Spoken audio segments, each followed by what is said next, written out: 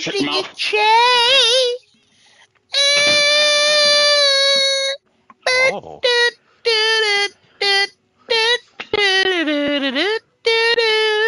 Crafting a chair. Crafting a chair. Forgot this was a thing. Bottle. I'm coming, Genesis and Desunoto. Crafting a chair. How could you forget that I stole that from the Whitest Kid You Know theme? No. Special guest, a child. Come on. And speaking of abortions, Desunoto. Oh my God. I didn't know you were aborted. He was. Yeah, he was, yeah. Well, known fact, he was. A little over a year ago. How did... What?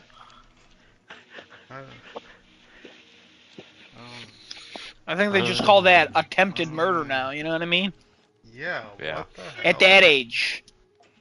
I mean, somebody did try to kill me, but, you know. I mean, I support a woman's right to choose if that man lives, you know what I mean? Today's 25th? The 24th. 24th, thanks. Hey, no problem, my guy. All right. This man's not even in Minecraft. No, I just have to load it. Hold on. Here you go. He moves to This man Texas he moves to Texas and doesn't even get into Minecraft. I'm right underwater. here. Where are you? Why are you so far away from your microphone? Me? Yes.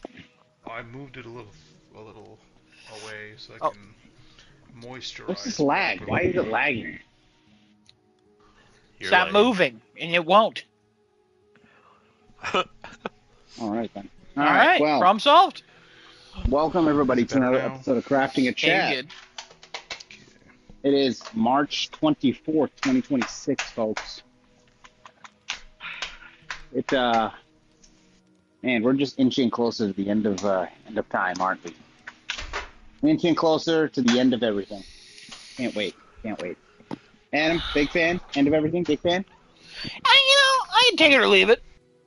You know, Kevin, big fan of end of everything. Just want everything to be over, black screen. That's it. That'd be fantastic, honestly. You know, if it ends, I don't have to go to work tomorrow. But you know, That is a big plus. I don't get to play Wolverine or GTA 6 though, too. So Now, what do you choose, right? No work or missing GTA 6 and Wolverine? well, currently, I'm alive and I choose to work. So I guess I'd rather live and play GTA 6 and Wolverine. Got it. You know, God. technically we all choose life every day. You're such a coward. I'm just gonna. I'm not a dive coward. Head first into death. All right. I'm a coward for Anywho, living, Kevin. Did you hear that? I'm a coward for living. What a sicko. All right. Anyway, gentlemen, how we all feeling today? How we all doing? Pretty good. Pretty good. All right. And what did we all do last week? Well, we got an episode to talk about here. What did we all do last week? Kevin, you want to start us off? Oh, sure. Go for it, Daddy. I played Ghost of Yotei Legends. Oh, fuck, when? Shit. Just a little bit ago, and a whole other bunch of times. Damn. We should have played. We should have really scheduled time to play together. I know. You know what? Let's just do it now.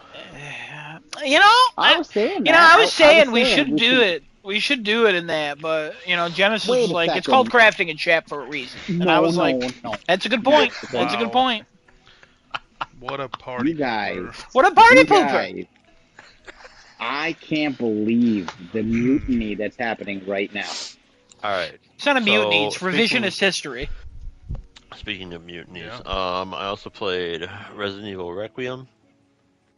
I played When'd you pick that up? Roundout and Poggy. Last When did I Wednesday. pick that up? Oh, Yeah. nice. A little someone named Emily gave it to me. because she's been having a ball with that game. I'm gonna tell you something. Oh. I got a bone to pick with that game. Oh. This is Now, Resident Evil. I don't know what number, technically speaking. They've made a lot of games. 9. The tutorial in this game fucking 9. sucks. Anyway, Oh no. tutorial's really bad. Barely tells you anything. Don't look at it. Can I ask a question? Yeah, go ahead. Now, when you say a little someone, are you saying it because it's your little sister or because she is short in stature? No, little sister. That's it. Oh, okay. End of questions. Little sister. But yeah, it's pretty good. So far, yeah, the game doesn't do a very good job of teaching you what mechanics are at play, because I played a lot of Resident Evils and I've been away from them for a hot minute, so I didn't know what was at play here. And I guess you could have said, Kevin, you dumb man, just try like everything that you know. But no, Kevin just like, oh, this tutorial will tell me everything that's involved in this game. It did not. So but most of the shit's there. Stand still and aim the gun. Let the little dot appear in the center of the crosshair. Don't just fire like I was doing, because that is completely fucking useless. And man, that first little section not the tutorial section with Leon. Don't look at that. All right, that's complete BS. They force a lot of things on you just to get the tutorial over with. But the first time you're really playing as Leon, let me tell you, before I realized you should just stand still and aim, a la Resident Evil Revelations, I think was the first game I played that had that. I was using ammo left, right, center, up, down, across, and around.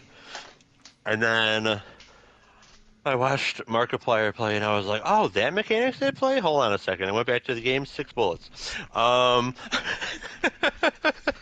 So yeah, big difference. Okay. Now I need to interject a second. I'm having Okay. some serious deja vu. I swear, you repeated the exact same phrase last week. You went to go see Markiplier, and you're like, "Oh shit, you can do this," and then you took 6 bullets, and you're like, "Oh shit, look at that, how easy that was."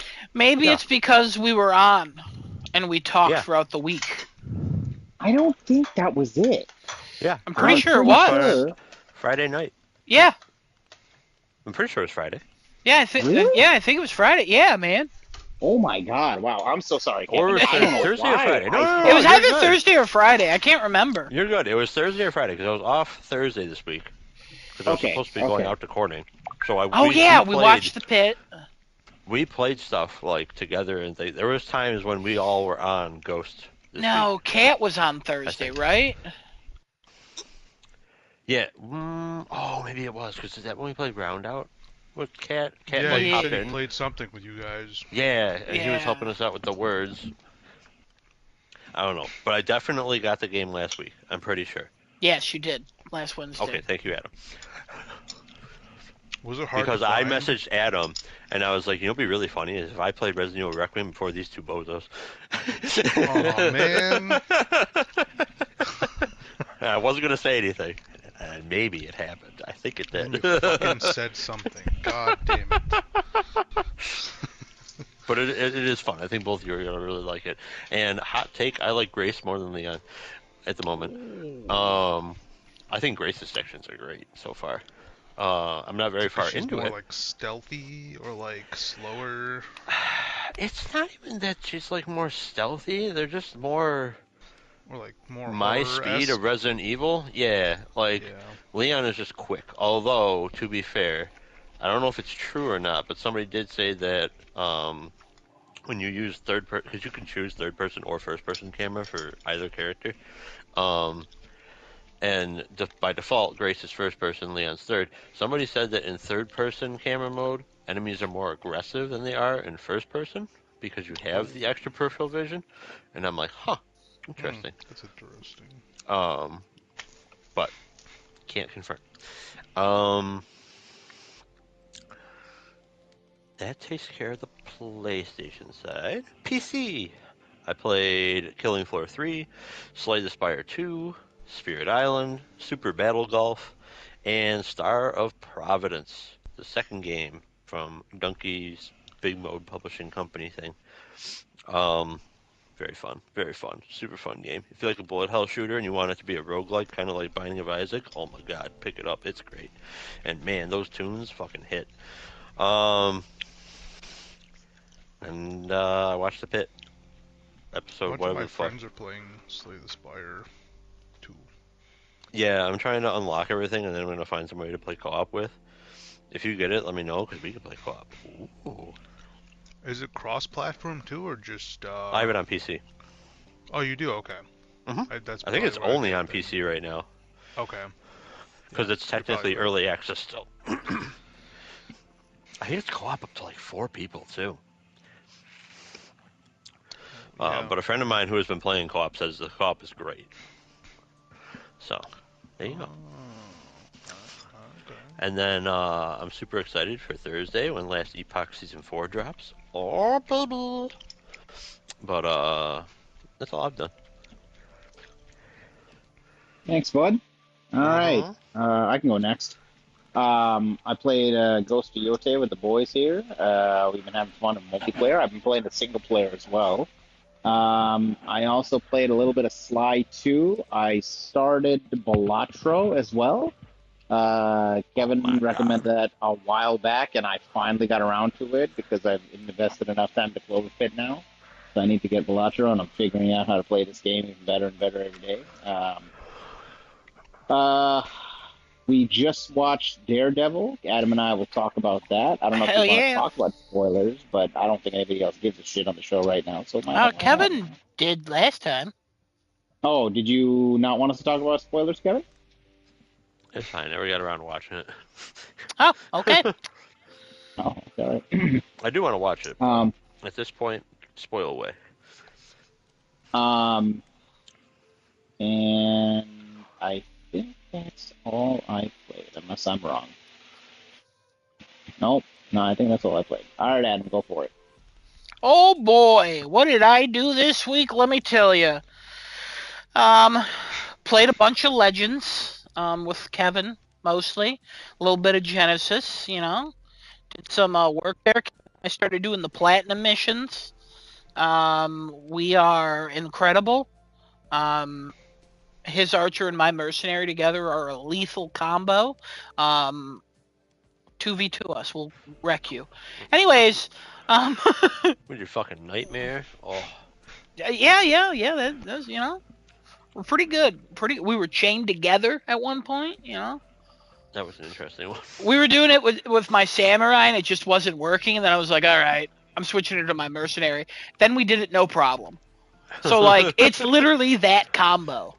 Yeah. So, but we're getting by. I'm trying to level up my samurai now, though. He's level 13, I think, or she's level 13, or whatever the fuck it is. Yeah.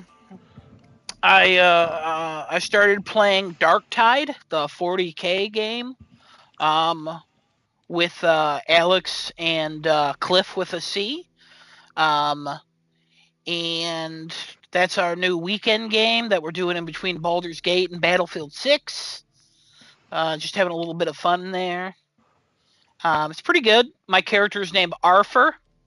From wanted to make it a Peaky Blinders reference. Offa! Arthur, yeah, you got it. So I made him pretty cool. Not got too much time into that. I bought a Judge Dredd outfit. I put money into it, but it's my UK account, and I'm locked out of my UK PayPal for some reason. So I had to buy a UK PSN card, which was very difficult to figure out how to do in America. But I figured it out. It wasn't too bad. There's a few websites you can use. Most of them look sketchy as shit, but I figured it out. So it only costs $14 to get $10 in UK money. So not too bad. Um, Played more God of War: Sons of Sparta. That's just a Portal game now. Just been playing the shit out of that on my Portal. Using stream mode. I was talking to Genesis about that earlier this week. Um, I've been pumping like a half hour into it every day at least. And literally yesterday I did 2 hours because I was stuck on a boss, and I was like, I'm fucking killing this boss. I dropped it to the lowest difficulty, and I just kept just replaying it over and over, trying to figure out how to beat it. And I'm like, it's a skill issue. I know it is. and I know I could do it. And I finally did it, and then I played for another hour and a half, basically. So that was cool. Not very far into that game still, and a lot of the trophies are 100%ing it, so I'm only at like 7%, which sucks, but it's fun game, fun game. It is what it is. And then I watched stuff. I watched The Pit, the new episode. We'll talk about that. I watched Daredevil, Born Again Season 2, the new episode with Genesis over here. We'll talk about that. And I watched the movie Nobody 2. That's the Bob Odenkirk action. Really enjoyed the first one. The first one is much slower than the second one. And it's pretty funny. The second one is very funny. It's only like an hour and a half. It's fun. It's on Netflix. Highly recommend. That's it. Thank you. All right. Destinoto, take us home, baby. Okay. Um, let's see here. Hey, what's going on here? Why you got people saying this is the PP Touch fan club? They're specifically talking about Destinoto. They're saying Destinoto, this is the PP fan touch. This is the PP Touch fan club. Um, what's their What the hell's going username? on here? I got Sergeant and I got Hook God. Those are my boys. Okay, so Nice. yeah. PP Touch, I don't know about that one. We're most There's certainly four. not the PP Touch fan club. There is four people watching this stream right now. That's crazy right now. I've been spreading the word. I love it. That's fantastic. Just like It's his great. legs. Oh yeah. just, just like my It would be funny if this podcast only became super successful because Destinoto became super popular and started the PP fan club. Oh no. Oh boy. Okay, let's see. Girl from Nowhere, The Reset, Season 2, or Season... This is the first season. I don't know why I wrote Season 2. It's the second season of this show, technically, but it's its own thing. But Episode 3 came out. This was a bit of a letdown compared to the last two episodes. Because they like dramatized internet popularity so much, and there's this guy who hates this big popular streamer who just streams him and his dog doing shit together, like playing catch and whatever. And this guy hates him for being so popular, and he tries to bring him down, and he ends up just making him even more popular than he was to begin with. It's kind of dumb, but it looks like the next episode's gonna be pretty good.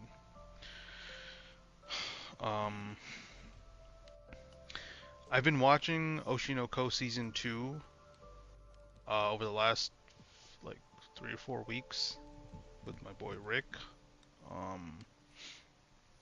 Only a few episodes at a time, and we finally finished it. And that was a really, really crazy Act 3 of that season. Like, first two acts they're doing a whole like play thing, so it's kind of slow, but shit gets down real quick once that plays over. Oh my god.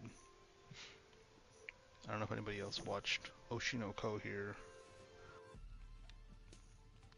Genesis.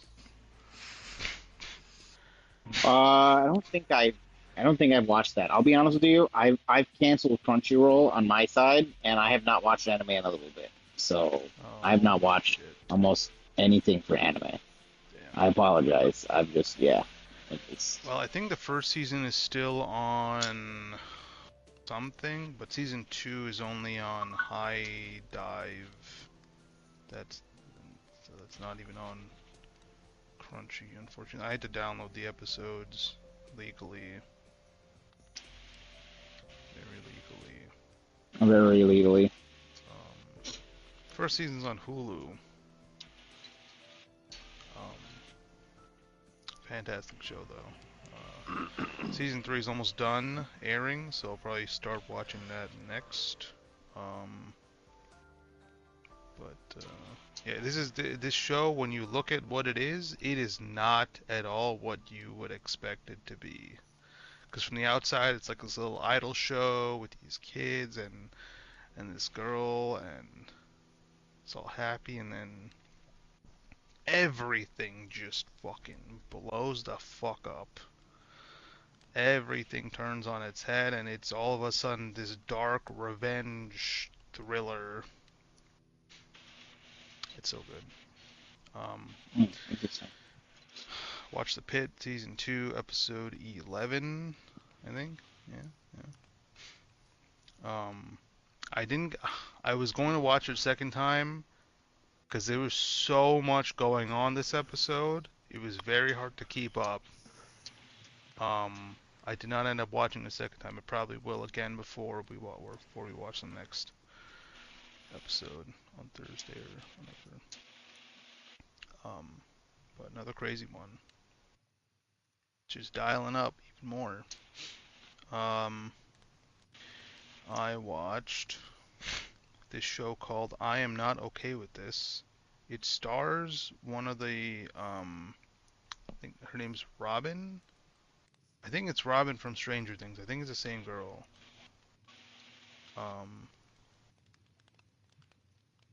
And it's kind of like a teen like drama coming of age show, but there's a little twist where oh no, it's not Robin. Who the fuck is this? It's the girl from It. Yeah, Sophia Lillis. Yeah, that's who it is. I apologize. It's okay. Yeah, she's Yeah, the go main ahead. girl Move in the in for the show. kill. Move in for the kill. Yeah. Also the guy from It, Wyatt Olaf. He's also in the show. It's cool. Yeah. However, this show only had one season in 2022, and the ending left it at like a cliffhanger moment, and I don't think it got anything else, or it ever will. So that sucks. Got canceled after one season. Wow. This was produced during pandemic. So production complications, cost, scheduling. Wow, okay, whatever. That sucks. I thought it's pretty good though. It's pretty fun little show. She starts getting these powers. The powers are kind of cool. Not crazy like Stranger Things. It did remind me of Elle from there, but not that crazy. Sometimes. Then I watched Pieces of a Woman, starring Vanessa Kirby. Ew. And I don't like that title. yeah, it is a very tragic movie. Yeah. It's very, very. Yeah. Oh Yeah. God, he watches a lot of shit. He watches a lot. There's a lot of things he watches at once. Oh yeah. Yeah, he said, oh God said, damn, he watched a lot recently. That's crazy. Yeah. Sometimes he'll just come in and he'll be like, I watched a season of a show I've already seen. Yeah. It's just who he is.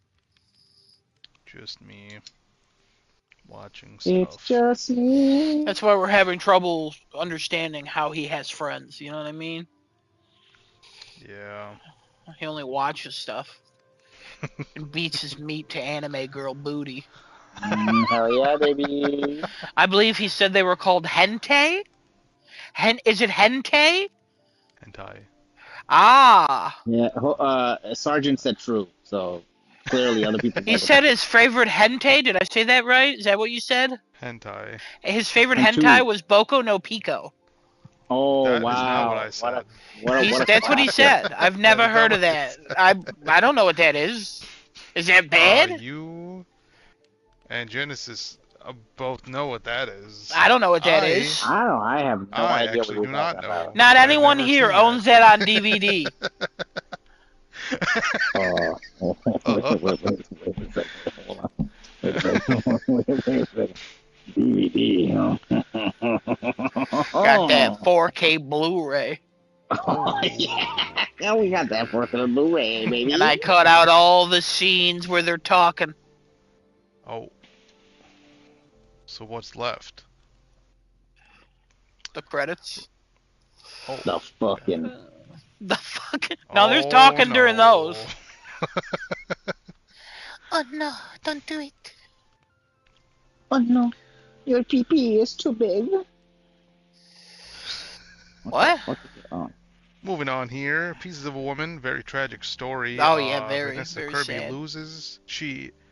So it starts out where she's giving birth and there's a midwife. And the midwife who was originally supposed to be there, she Go to a had to send hospital. somebody What are you else. doing? You know, it's apparently a thing a lot of people do. It is. It's quite safe. Yeah, It can be. Yeah. it can be and it also cannot be. I feel like You know, if anything goes there's wrong, you're so fucked. many. So.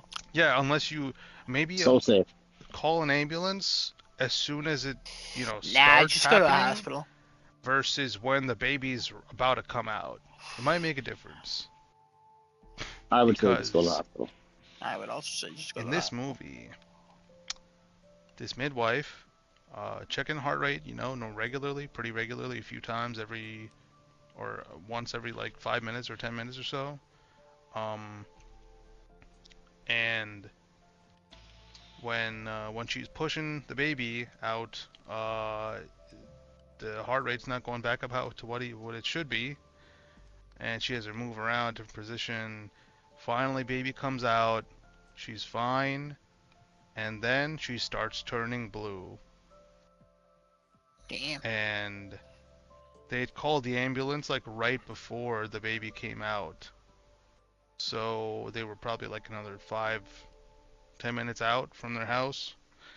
By the time ambulance got there, it seems like they could not save the baby, so she lost her baby. That sucks. Shia LaBeouf is also in this movie. Oh Yeah. God. He's the he's the husband. Oh dear Lord. Yeah, he kind of there are a couple scenes where he really like is just manhandling Vanessa Kirby Oh, I to believe have it. sex after they lose their baby because they're both like just stonewalled. Like it's just this, you know, something that you really can't get over for. When you Probably say about, you know. manhandling, are you saying that like he's choking her or throwing her against the wall or something? No, he's like picking her up and moving her repeatedly when they were in their bed. She was trying to take her pants off, and he kept picking her up and moving her because he was so impatient. He could not wait 5 seconds for her to take her pants off. Then he got Wait, angry and they stormed just wanted to out. fuck because they lost a baby? Well, this was like after, Yeah, I'm like, sure I don't there's know. some time passed. I don't think she got out Oh, of the okay, little okay. pool in their living room and he was like, "Let's fucking No. go."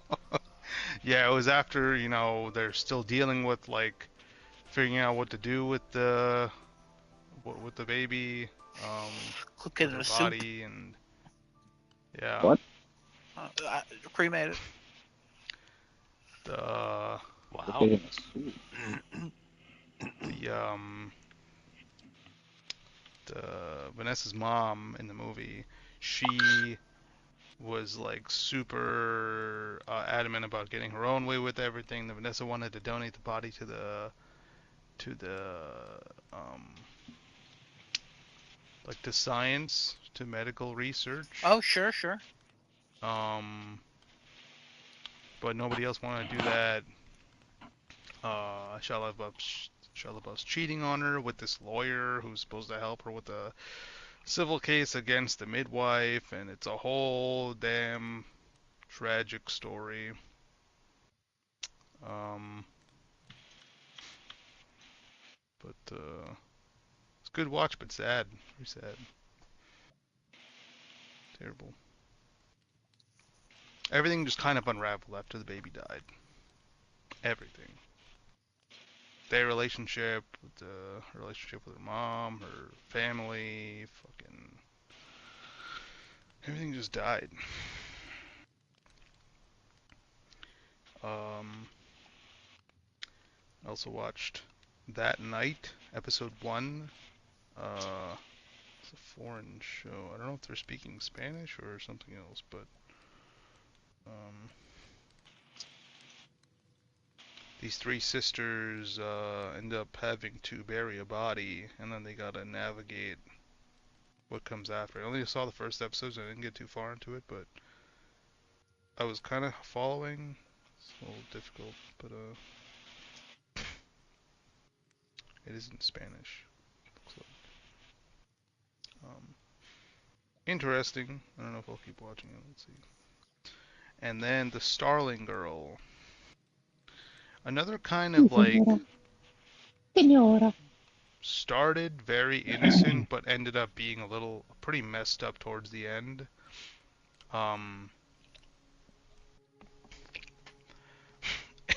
It takes place in this like super religious little town. All Christian people all go to like the Sunday church and read the Bible and pray and all this stuff. And this pastor or ex-pastor, I don't know. He was the son of the pastor actually. So he's son of their current pastor at the church. He comes back from a little, what are they called? Like a little trip, a mission. A He went on, pilgrimage? no, he went on a mission Oh. to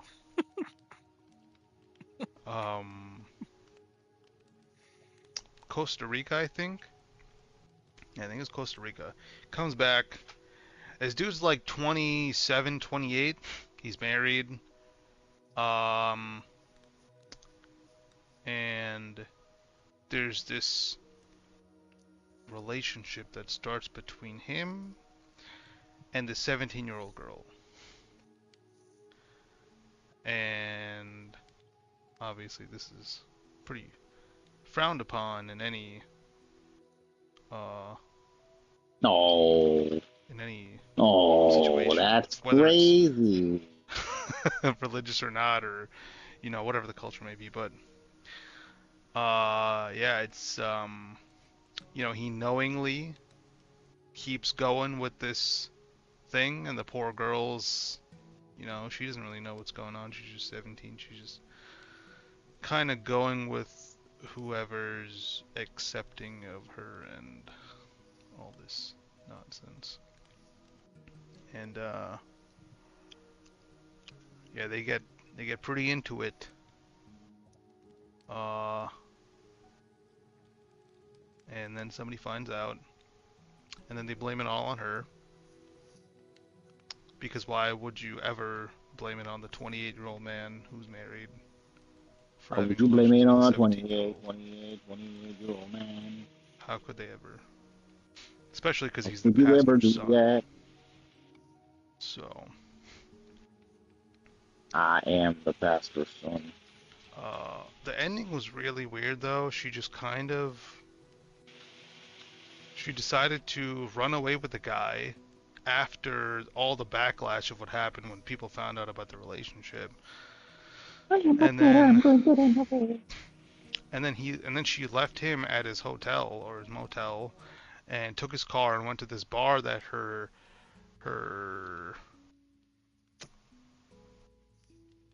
dad used to play at in his band before he married her mom, who was like super devout Christian. So like there's no like music or anything.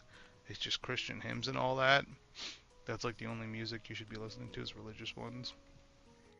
Religion. And she goes to that bar and she just hangs out and starts dancing over there, and the movie ends.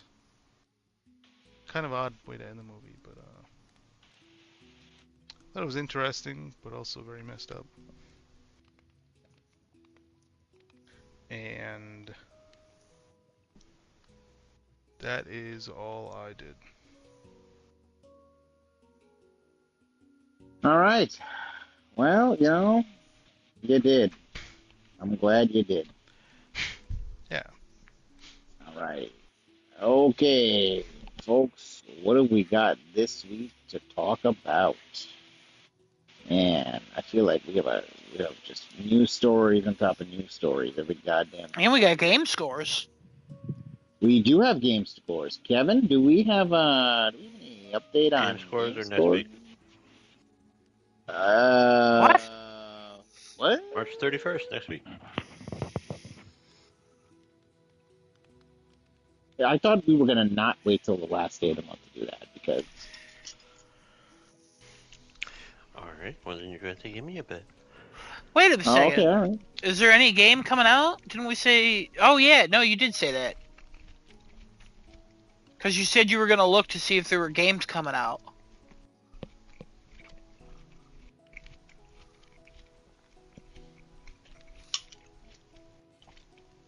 Kevin? Yeah, I know. I don't know if you look. I took a look. I took a look. And there's nothing coming Um, out, so we're good? nope. Yeah. Oh, okay. Yeah, we'll do it Okay, next so week then. we'll save it for next week. All right, let's talk about something that just came up here. Actually, credit to Adam, he posted this.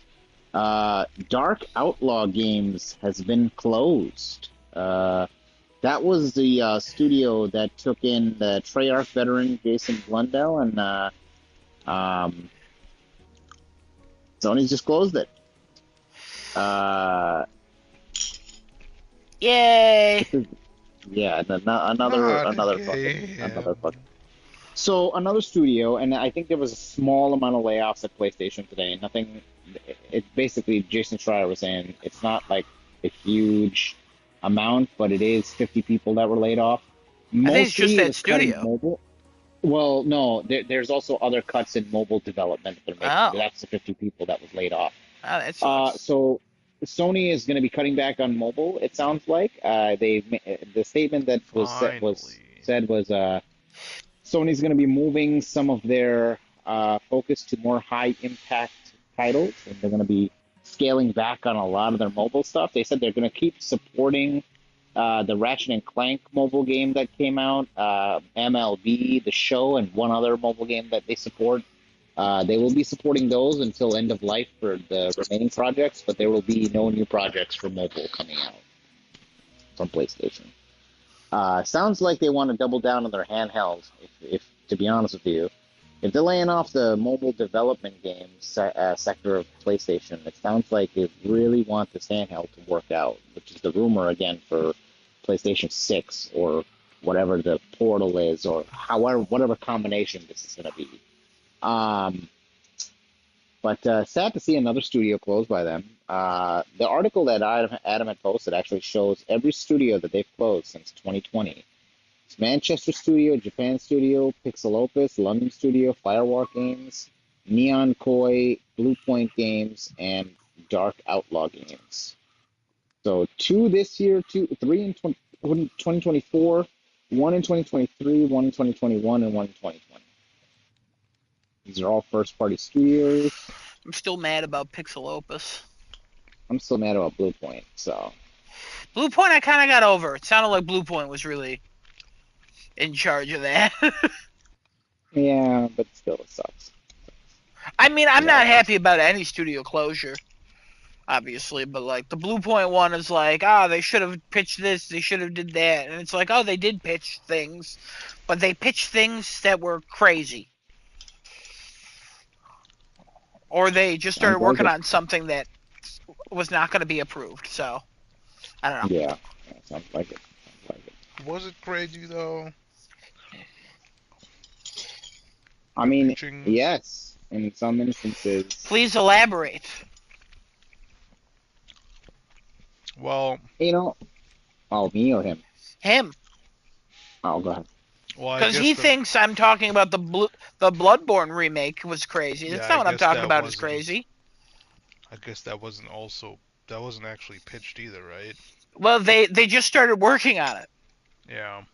Even though they were told That's that they the could problem. not make a Bloodborne remake. They were like, let's do it, and then we'll prove to them that we can do it.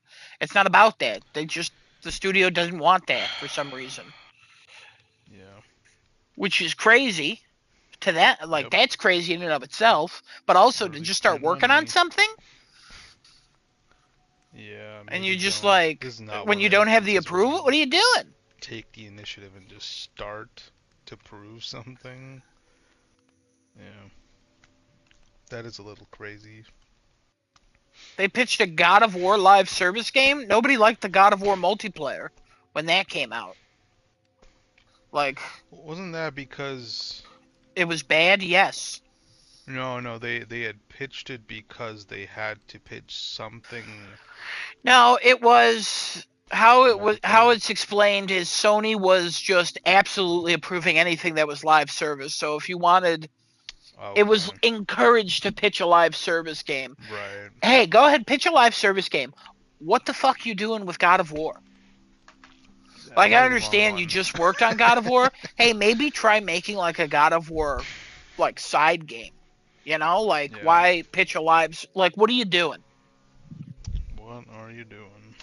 It was just a lot of decisions where I'm like, I kind of understand why Sony closed them. At the same time, like Kevin said a few weeks ago, like we could have swapped out that management. Reorganized? Yeah, we could have reorganized. Like, that's a thing people do We could have put perfectly. that team to work doing something else. But Sony was like, you know what? No, goodbye. And I don't like that. But I'm more mad about We're Pixel we're Opus still. we're probably never gonna see that Fair Games game. Like we're never gonna see that. That's No, probably we are. canceled. No, I think that's gone. The way they're cutting back on live service, they have. I think they've realized that live service is just not it, and investors are, equally pulling out as quickly with live services. They're like, if you can't, like, they're not sustainable, and you can do one or two, and those can be sustainable. But Yeah, they're the just approach that they had is just too many. it's impossible. It's impossible. Too Can't many do at it. once cannot survive. Mm-hmm. Yeah. I mean, it seems like common sense, but Well, If he asked us way back then, would we have said this? Yes. But like also, they who over saw there money in didn't the think of this? distance. They saw money in the distance, and they thought And it's got like scared, investing in a stock. dude. Like the possibility, you're like, maybe I can do it.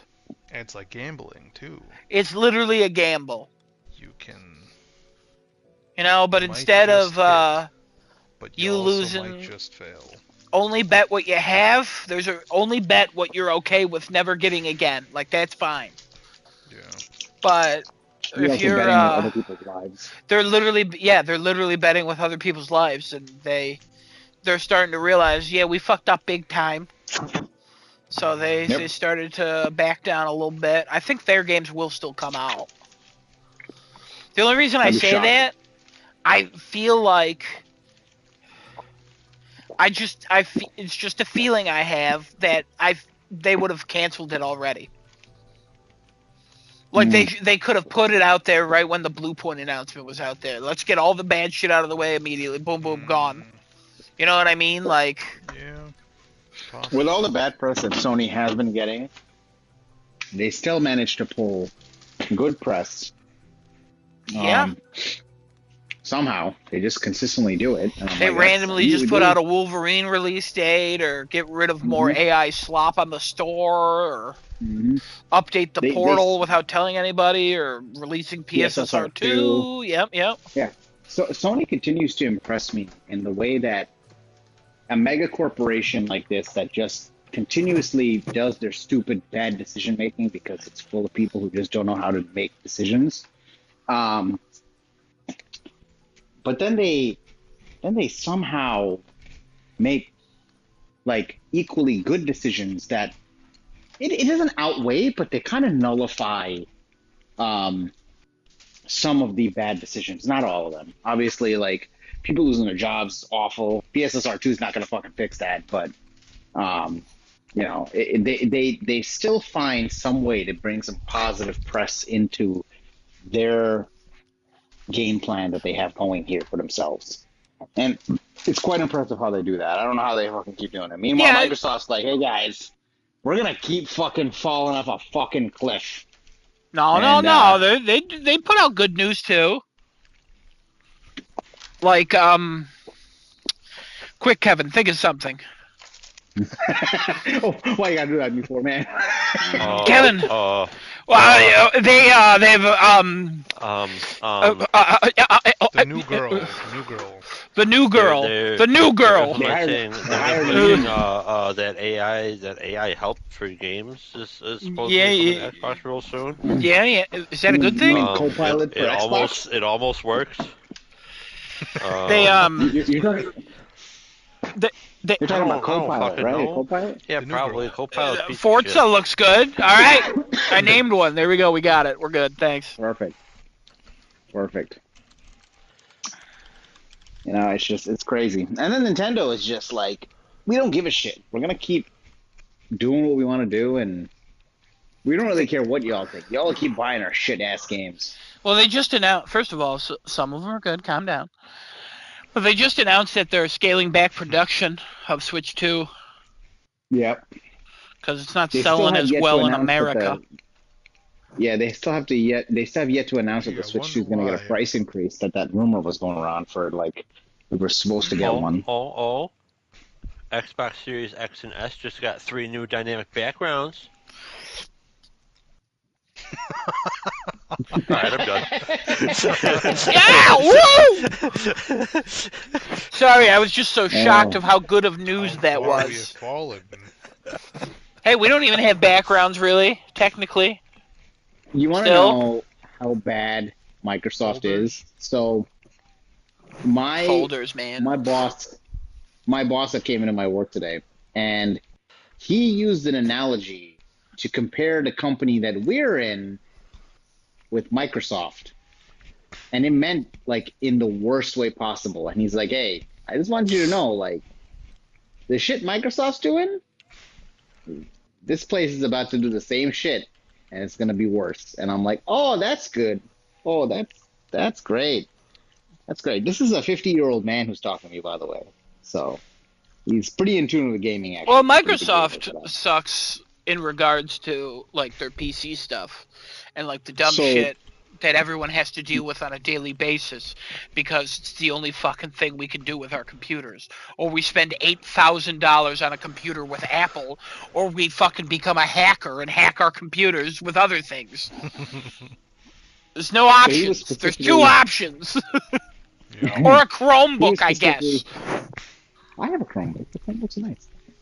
It's fucking...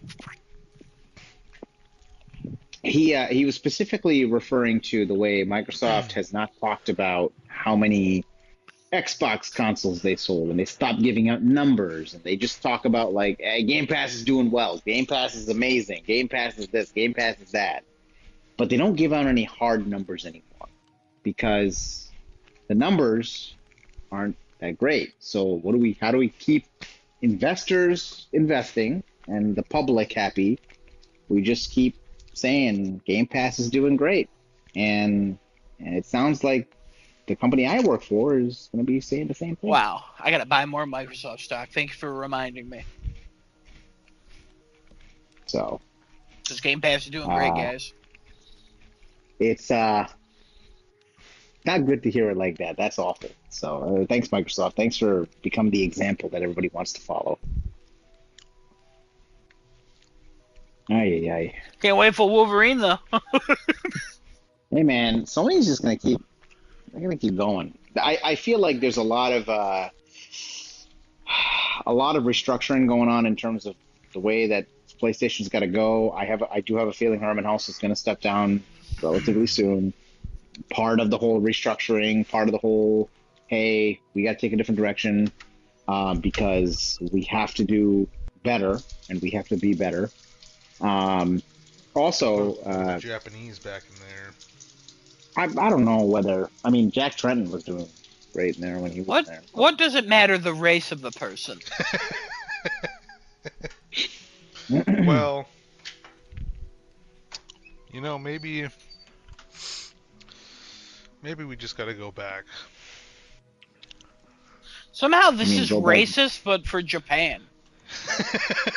Like when somebody's like, we gotta go back to the 1950s. But also, I mean, you know, the he wants Japanese to know go how to back surprise to. us. They know how to Well, surprise hold us. on. That Like, was one time. you know, like That was one time.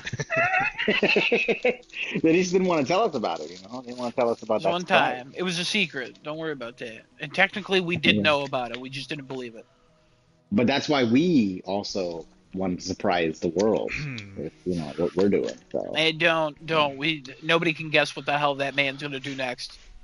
Gotta find our next Ken Kudragi.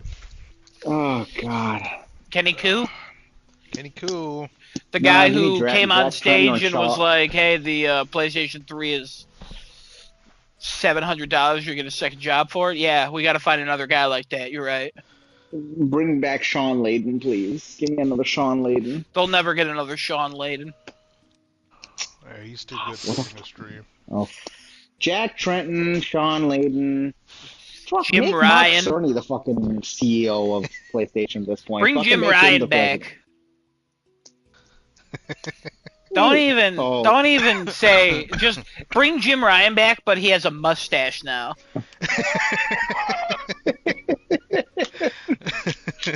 He's like, "Hi, I'm Ryan Jim. Wow, I'm the new what a... CEO of Going back to PlayStation." PlayStation. Can we just make Mark Cerny the CEO of PlayStation? No more No. live service. Wouldn't he be great? Well, he's like 94 years old, so he's about to retire probably. Mark Cerny? He's not that old. He's He's like in his probably 60s. 60-something. Yeah. Mark Cerny's in his 60s? Yeah. He's been in this for like 30 There's no some fucking years. way. He's a beautifully aged man, but like, yeah, no, Wow, he aged he's really 61. well. Yeah, 61. Just past I'm the impressed. 60 block. Damn, Mark Cerny. Even though you've made literally the architecture that we call life, you know? Damn. The man speaks with calm, and the skin ages with calm. You know, you can't knock Yeah. it. That's... They're like, "Mark Only I Cerny, can how look do you like keep your that. skin so young?" And he's like, "I just talk to it." Mark Cerny, how I do you just age so explain. well? I use PSSR2 to you know, de-age myself. Mark Cerny, how did you platinum Cuphead? It was easy. I just talked to the game. What? I No use the dialogue sound and options in haptics there. to guide me. Mark Cerny, why are you so talented and gifted? And then why did you think of Knack? Like, why were you so heavily involved in Knack? I enjoyed the haptics and sounds of blocks rubbing together. Yeah, I just have so many questions about that guy. He's like, "I'm the architecture of the PS4, the PS5, and the PS6. But also, I created Knack." And I go, one of these things is not like the other. He's created life, man. I swear to God, he's made life. He also said ice is nice. And looking back on it, that has not aged well.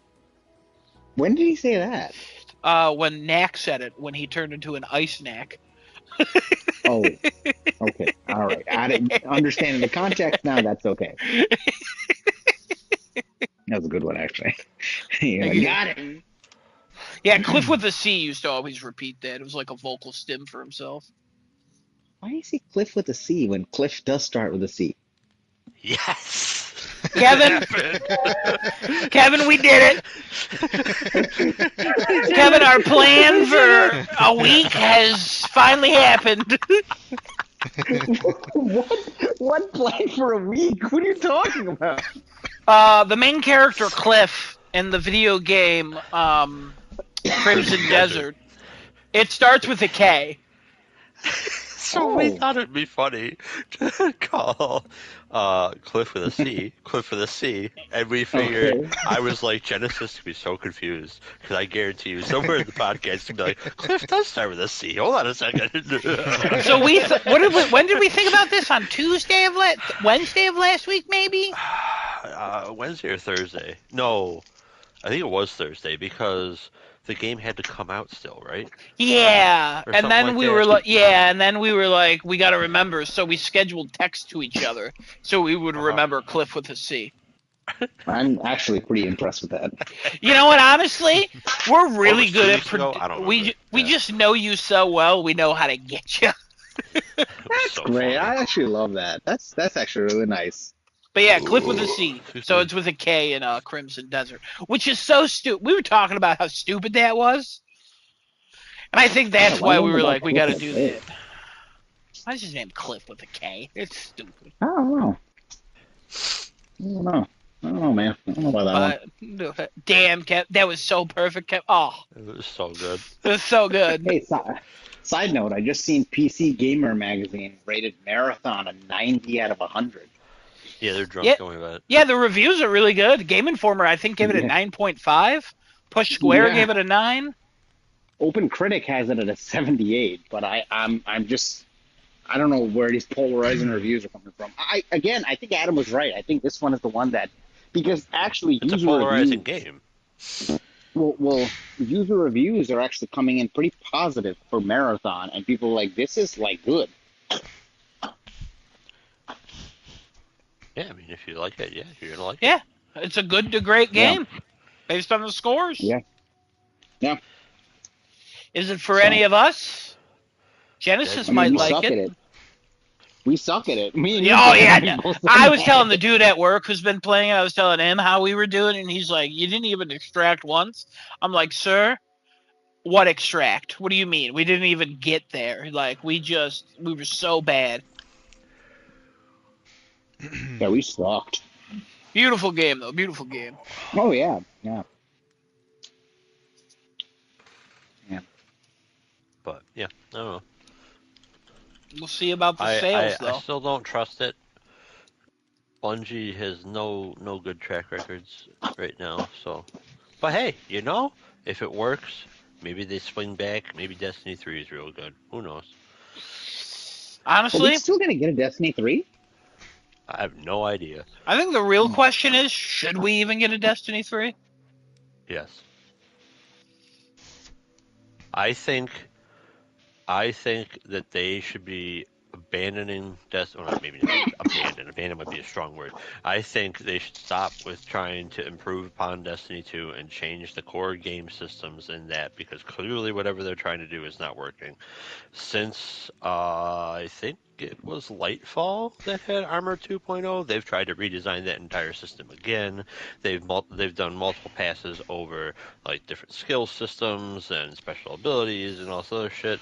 And like it's gotten to a point where it's like, did you not design the game to be expanded like this? Because if you didn't, that's okay.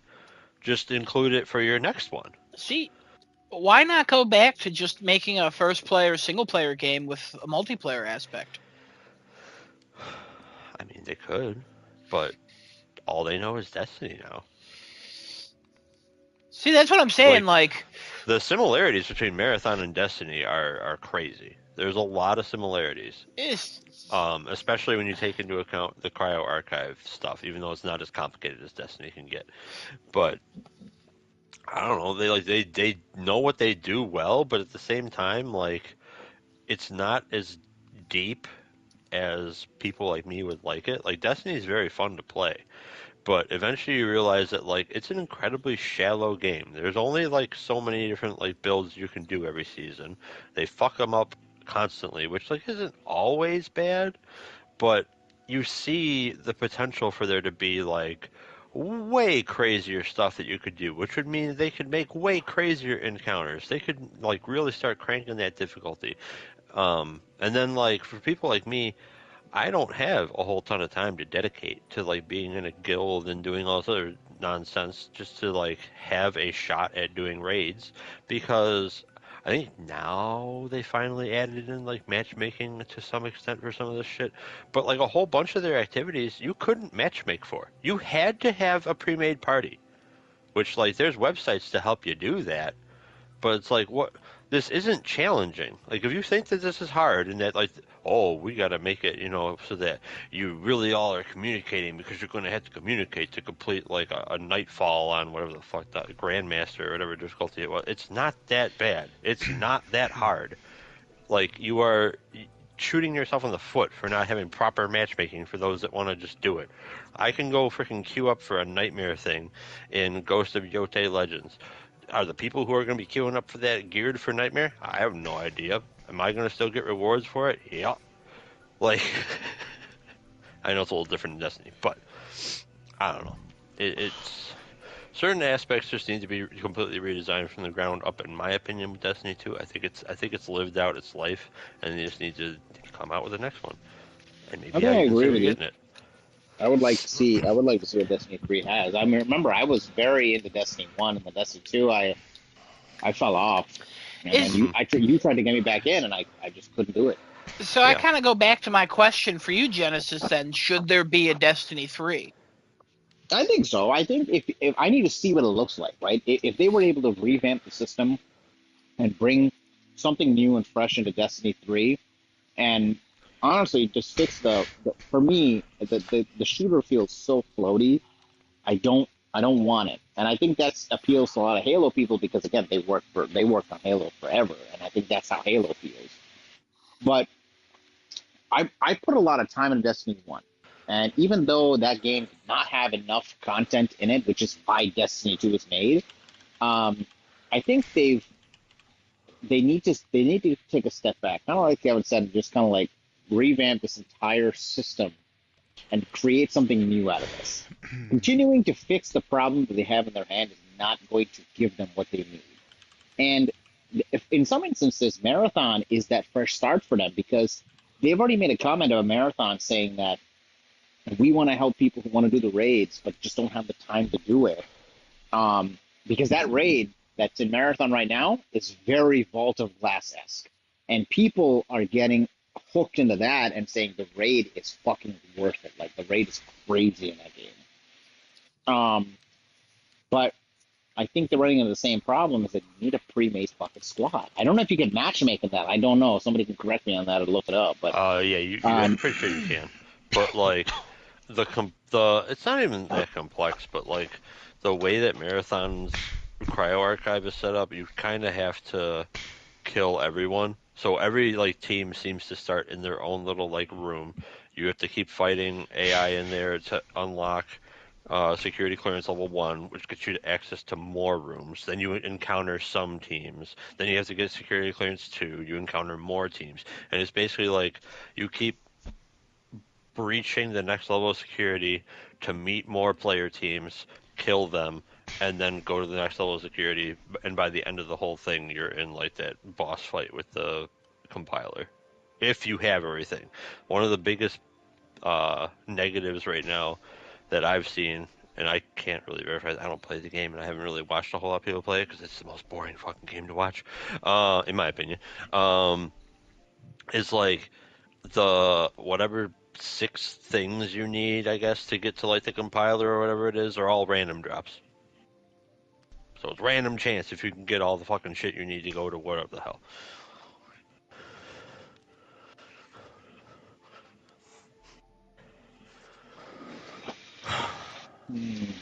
so RNG with being able to coordinate a squad. Is it a squad of 3 or 6? 3. Okay. It's an interesting take that you have to kill all the other teams to get to the end and then fight the boss. What if you I kill mean, every you team, get to technically don't the have boss to. fucking wipes you? What was Well, that? how would you get? How would you quit? Well, if you don't have to, how would you get the security clearance to the next room? You have to work together with other teams. Like you're going, basically the way that Oh, the level is set up, you are going to encounter all the other players. Period. right. Like if you don't, one of the groups is intentionally just hiding in a corner, waiting for you to move on to the next thing, and then like extract without being noticed, basically.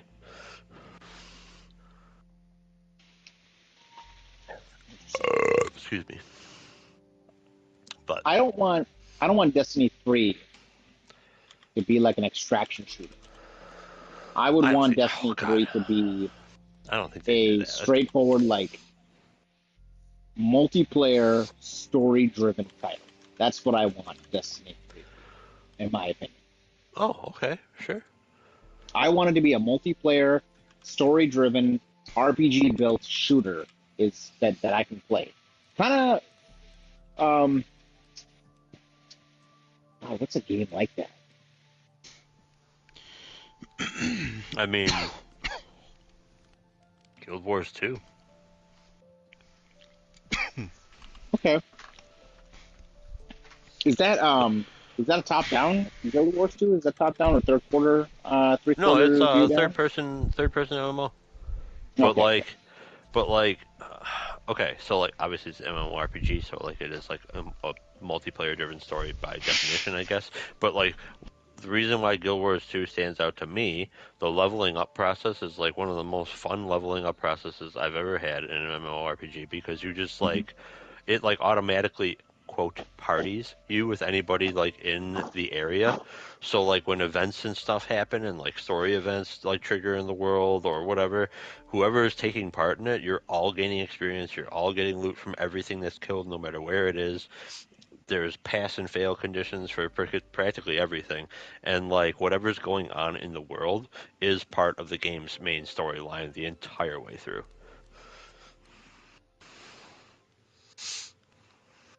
It's very See, if fun. they could do that, I'd probably be in for Destiny. If I could get, okay, hypothetically, Hmm.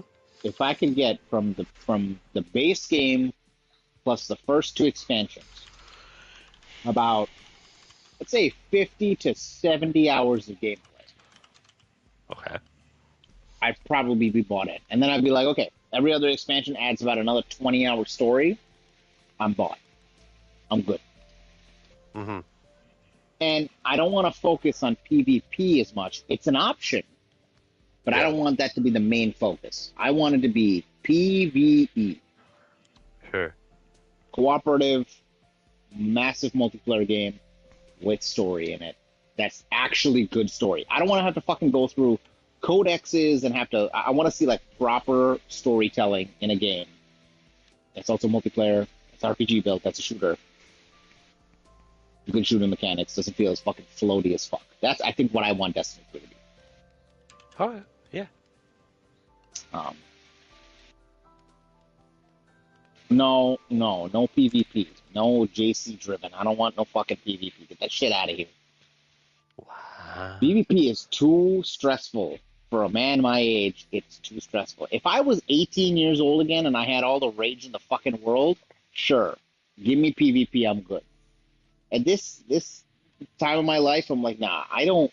Yeah, I am. Go ahead, call me Gramps. I'm good with that. I'm fine. I would rather not stress while I'm playing a game. Like back in back in the days of like Assassin's Creed multiplayer or playing Destiny 1 or playing even COD. Oh God, just it's just sweating, just the fucking anxiety all the time is just annoying, and it makes the game a chore, and I want to play it, but then when I play it, I'm like, fuck, why am I doing this? Why am I playing this? Why am I wasting my fucking time doing this? Oh, because I want to get a fucking cosmetic. That's why. It's just it's not that shit doesn't mean anything to me anymore. Which is like Arc Raiders. I played that for a while, like a good while, and I'm slowly just I'm losing a lot of interest in it that I don't want to play it anymore because they're I don't know. I think the developers are focusing more on PvE, but PvP just keeps rearing its fucking ugly head in, and I'm like, I don't I don't want to play that. Now Ghost of Yote comes out, and I'm like, hey boys, let's go fucking go. Like I'm ready. Um, I don't know. I don't know if anybody else shares that same sentiment that I do that way. Maybe I'm the only fucking old ass man in this group, but um, yeah, we went on a huge tangent. I apologize. We were talking Oh, it's all about good. You're good. PlayStation leadership and Microsoft and all that, and we ended up here. All right. What else we want to talk about? What other topics we got?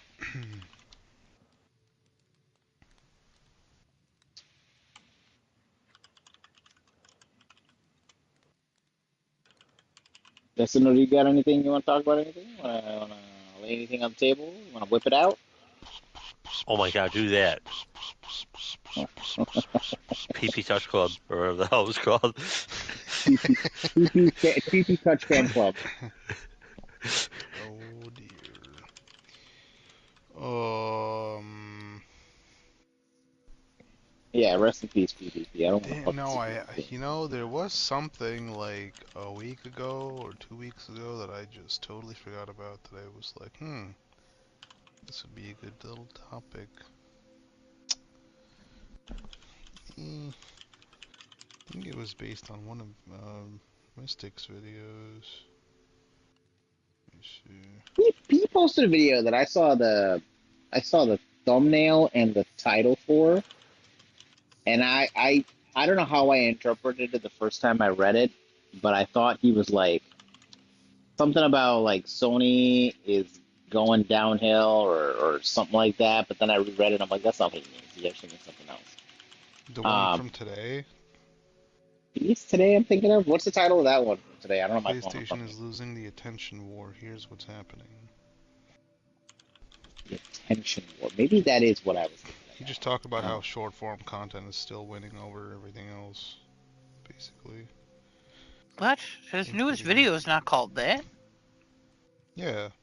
It's called "This is Becoming PlayStation's Biggest Threat." Oh, maybe that's the one I'm talking about. That's what I'm seeing on my YouTube. Damn, my YouTube shows a different video, uploaded 15 hours ago. It's a picture of him holding the phone and shows a TikTok logo. I wonder if it's just... That's weird. It's the same video. Yeah, it's the same video. It It's just a has different names and stuff. That's weird. Name slash Hey, thumbnail. weird Maybe as there's like hell. a Drake meme in the thumbnail. Yeah, I don't But got it's that his at face all. instead of Drake. I don't got that at all. Wait, let me send it. Take a screenshot of mine. That's funny. Must be a YouTube thing. Maybe they could like do multiple titles or thumbnails and shit.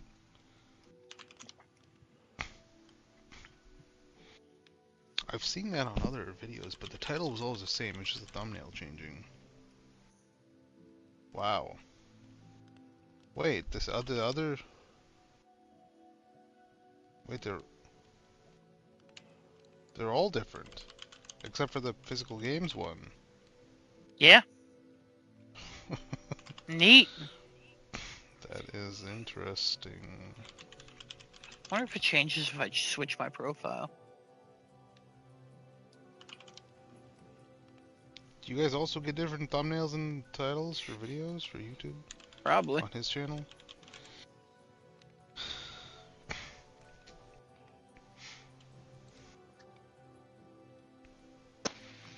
I don't. I get the same thumbnail because I watch the same videos every fucking day.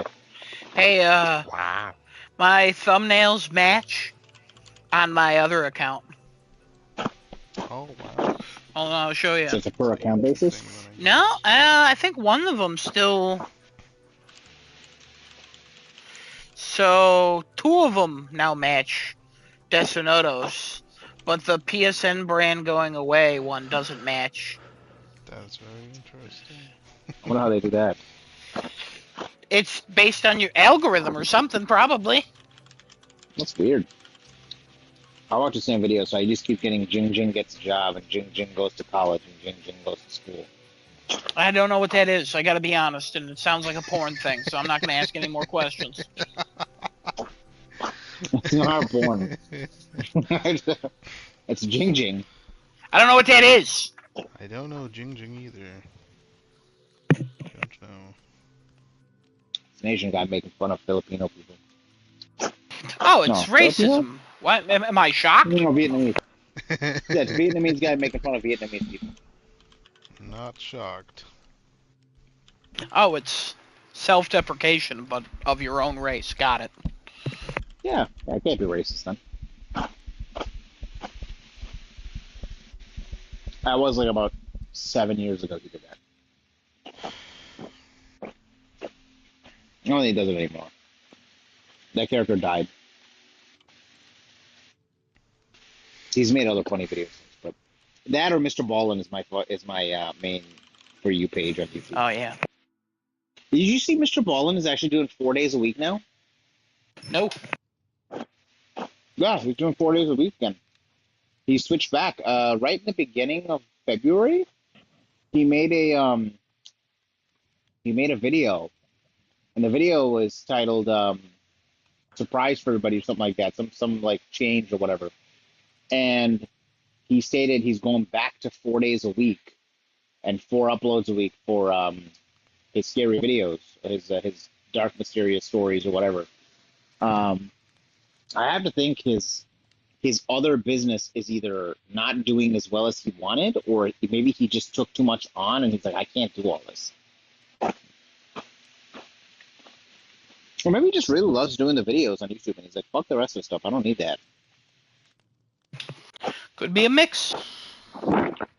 No. Could be. I've been meaning to tell you that every time we talk, and I was like, I always forget to tell Adam. You know what? The other day, you were saying you forgot to tell me something. You couldn't remember it. I wonder if that was it. That probably was it. Yeah.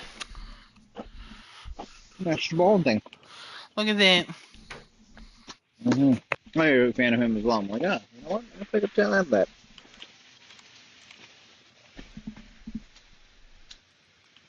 Oh, all right, Adam. You want to talk about Daredevil now, then? Yeah, we can. Let's talk about Daredevil, baby. All right. Warning to everybody now. If you don't want to spoil with Daredevil, leave the fucking stream or just mute us for a little bit. Probably, I don't know, mute us for maybe like 25, 30 minutes. That's probably how long we'll spend talking about it. But we're going to go over spoilers for Daredevil Season 2, Episode 1. So, Adam and I watched it before the podcast. Man, what a fucking intro. What an episode. Oh, the black suit looks great on him. Black suit looks great. Yeah, true. He's adapting a lot of Batman. I mean, you said yourself, he's literally Batman in the Marvel universe. Just he's more Bat than man at this point because he's blind. But he is ruthless in this season. He's not pulling punches. He's just like, he took a guy and I think he broke his arm. He did. And you could see in like where he broke it, you could see like the bone just protruding out of the guy's arm. I was like, Disney, what are you guys doing? You guys are, he broke it at the elbow and the elbow came out. So the wrong way, which was pretty cool. Another guy smashed him into a box. Yep. And stomped on him a couple times. Dude fell down and he was like, I'm not done with you, and he just kept beating him as he was on the ground. Clearly not a threat anymore. He is not holding back. Because the enemies pissed. This season, not great. Not great people. Oh yeah. He's on that ship, the North Star, which Adam, you were saying that it's some significance to something. You're like, it sounded familiar. I keep thinking the Fist of the North Star, but I'm like, that's not what it is. It's just, I swear I remember a North Star in Daredevil already. So, a bunch of weapons and all that. He puts a watch inside of a box, sinks the ship because the guys who are manning the ship ends up... well, the guys who are manning it, they sink it. Yeah. Because they were instructed that if the Daredevil shows up, to sink the ship. Which... Why did they say they were instructed to do that when Kingpin, after that whole piece, was like, who else was on board the ship that knows about what was on there? And he's like, oh, it's just the first mate, the captain. And he's like, find them. I think it was because Kingpin is in charge of the port, but he wasn't in charge of that ship. Where the hell did that ship come from? Langley, that Shaggy, when he showed up, he is working for someone. Oh, okay. It ended up coming from him. Okay, that makes sense. No. Kingpin's the bad guy, and he's doing all horrible shit. Don't get me wrong, but at the same time, like, he's clearly doing work for somebody else. This season of Daredevil just feels like 2026 because of how close it hits politically to home. It's crazy how close it hits. Propaganda, the task force. The AVTF is what they're called. The Anti-Vigilante Task Force. They're very ICE. They're Oh not yeah, ICE, yeah, but yeah. they're pretty much ICE because they're just kidnapping people. And they Beat the shit out have of people. basically immunity to do whatever the hell they need to do. Um, Yep. it's not great. The city's having a bad time. The mayor is funding a propaganda campaign because Ben Urich's niece is doing videos for him and it's claiming that New York is safe. There's also some kind of like citizen uprising a little bit because they made a weird ass video parodying the mayor, like calling out Yeah. the lies that BB is doing in her videos. Like, Yep. there's a lot going on. Karen and Matt are dating, it Yeah, they're back together. seems. Yeah, they fucked. And, it's great. They're fucking actively. Yep. Um, Yep. As usual, well, he just bags every fucking chick that he sees. he's been on and off with Karen. I'm finally glad they're dating because I just, they're perfect eh, in this show, especially yeah, the no, chemistry I'm between the sure. two is fantastic. Oh yeah. Um, the lady, the therapist from the first season, is going crazy. She's losing her mind because she's interviewing who's that guy? Like guy who's like Zorro or whatever his name is. Jacques Ducart or Ducates or something Yeah, like yeah, that. yeah. He I don't know why I feel like he's playing Zorro in the show, but he's a superhero or a vigilante called the Swordsman. that's why. Okay, that's why Um, I'm tying back to Zorro. yeah. So and he's played by the guy who's gonna be in what the hell is it called? The video game by Naughty Dog. It's coming out. Oh, Intergalactic. Yeah, he's in Intergalactic because he was one of the people in the picture. Uh, He played Joel's dad in The Last of Us. Um, oh, he was also Lalo in Better Call Saul. Um, and also he was in Hawkeye. oh, I forgot. Yeah, remember he saved Hawkeye Oh, okay. at the or Hawkgirl at the auction because he was her Man, stepdad or something. I do not remember. I gotta look at that again.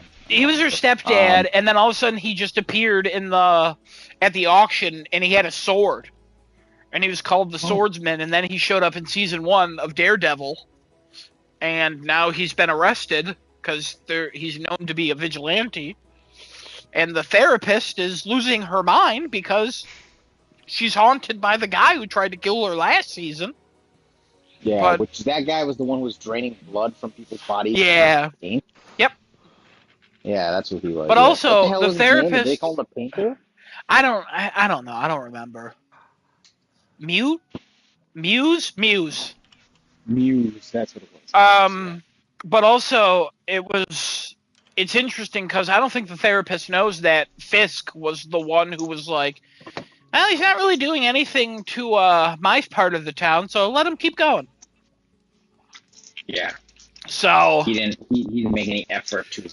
eliminate Muse. He was just kind of like, we'll take care of Daredevil first. He's the bigger threat. Let's take care of him. And now that therapist is like, fuck vigilantes, even though one saved my life.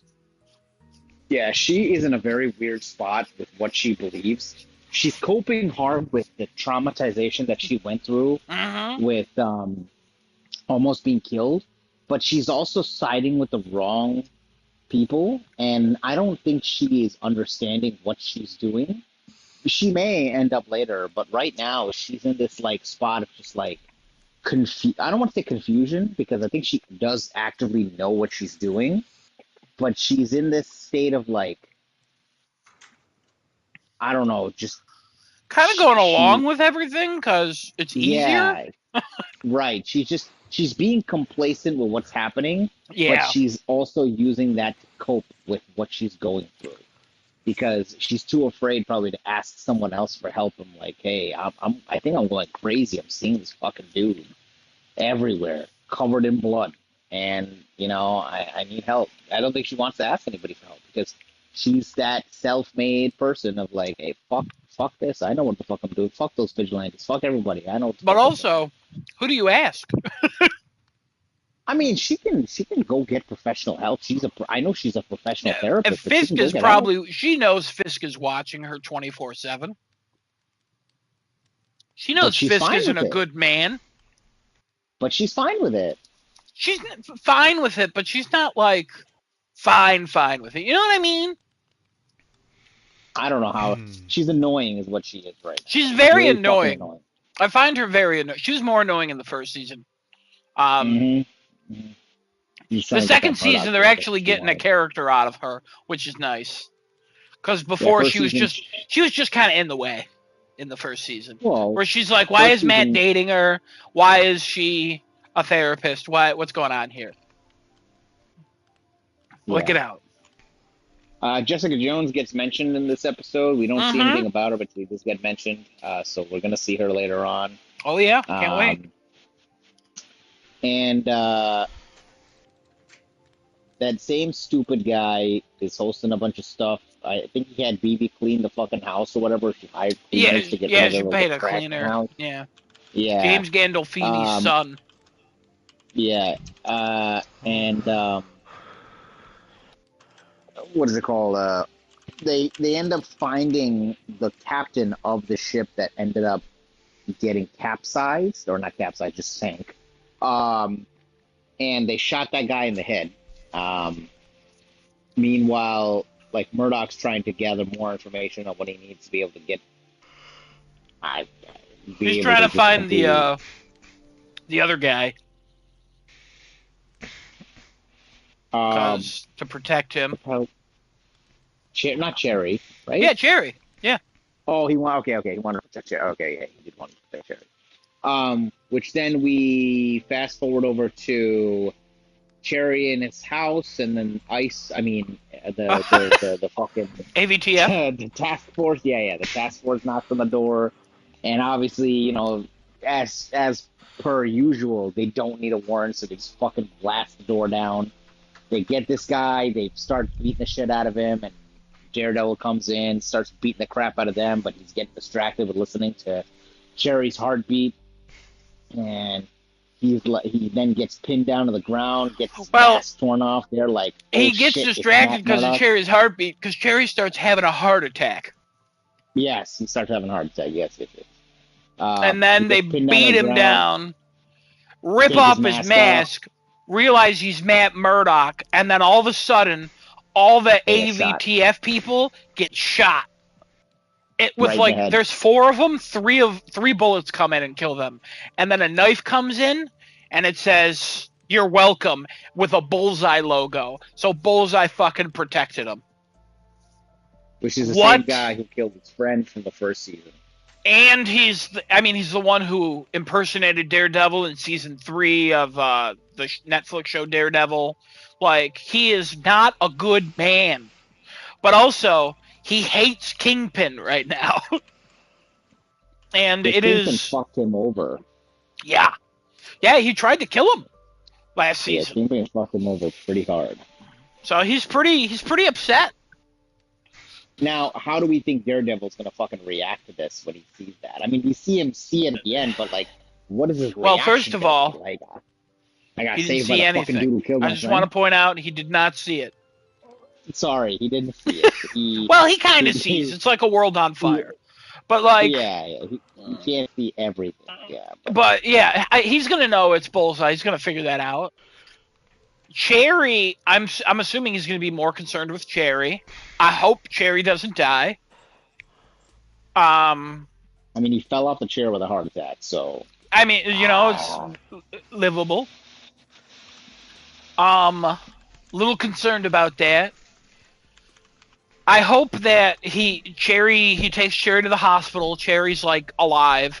And then Matt realizes that he's going to have to go back out into the public. Because they not only need Daredevil, but they also need Matt Murdock. Right. Kingpin's making a lot of fucking propaganda, and it's going to get worse.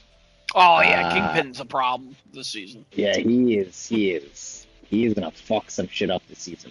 Also, we thought about like we better see fucking Daredevil in Brand New Day because we're seeing Punisher, and coincidentally, the Punisher special is coming out after I think 1 or 2 episodes of this show.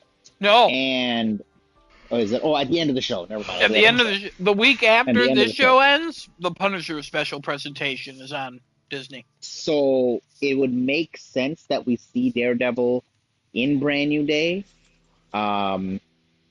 especially if it's as I would actually say it's probably as a mentor to Spider-Man dealing with his shit that he's going through in Brand New Day. If I had to take a guess, because there's no way the Punisher's a fucking mentor to him at this point. He's like, get the fuck out of my way.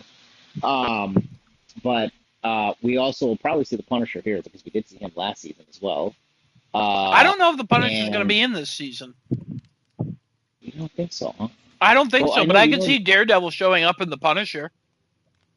Yeah. We also know Jessica Jones is going to be here. Do we know if what's his name? Luke Cage. Luke Cage. Yeah, if he's going to be here. I don't know. I hope so. I like Luke Cage. Okay, because I think there was a rumor that the Defenders would reappear together in the show. I mean, this is the perfect time for it because it's about anti-vigilante task force. You know what I mean? Like, yeah. It would be a perfect. I'm time okay if we never see Iron Fist again, though. I'm okay. Okay.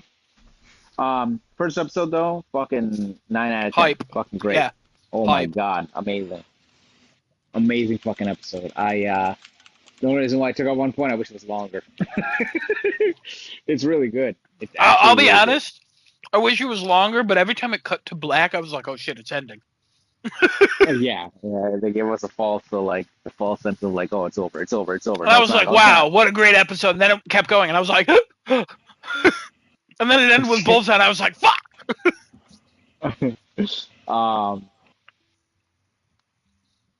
Action was great.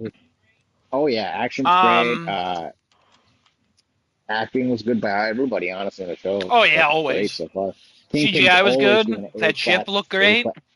Yeah, the CGI looked really good in this episode, and some of the shots are great too. Amazing. Yeah, Kingpin and Matt, perfect. I always go like if it's not a perfect cast, it's perfect with those two. Like if you don't like somebody else in the cast, sure, whatever. But those two are so perfect as Daredevil and fucking Kingpin. It is crazy how perfect they are. Yeah. And every iteration, like Kingpin and Daredevil. I would love to see this Kingpin just fucking manhandle Spider-Man. Oh man, it would be great. That'd be amazing. Because I fucking love Kingpin so much. And also, I just kind of want to see him. I want to see Spider-Man and Daredevil team up, take down Kingpin, and then Kingpin give the same thing that he says in the beginning of Spider-Man, the video game. Where he says, like, there are bigger people than me. Oh, yeah. I'm the one who kept the city safe. Like, let's fucking go. Then fucking Doom shows up. Pretty fucking sick. Oh my god. I want the opening of Doomsday. Off topic. I want the opening of Doomsday to be that fucking comic strip where he goes and walks up to Thanos and just rips this fucking guy's spine out of him and crushes it. That's what I want the opening scene of Doomsday. I want the opening of Doomsday to be him absolutely wrecking anybody and everybody. I want him to be known as a threat immediately. And I would love that so much. God. A lot of rumors going around that he's not taking his mask off in this movie. So he fucking better not. He's just gonna stay doomed. Then he takes the mask off and it's actually Tom Holland under there. And everybody's like, what? Oh my god. I feel so good, Mr. I'm turning into Dr. Doom. Doom. But yeah, great first episode for Daredevil. Can't wait to watch more of my buddy Adam. Hell yeah. I think 2 episodes come out next week. We're gonna try and watch both of them next week.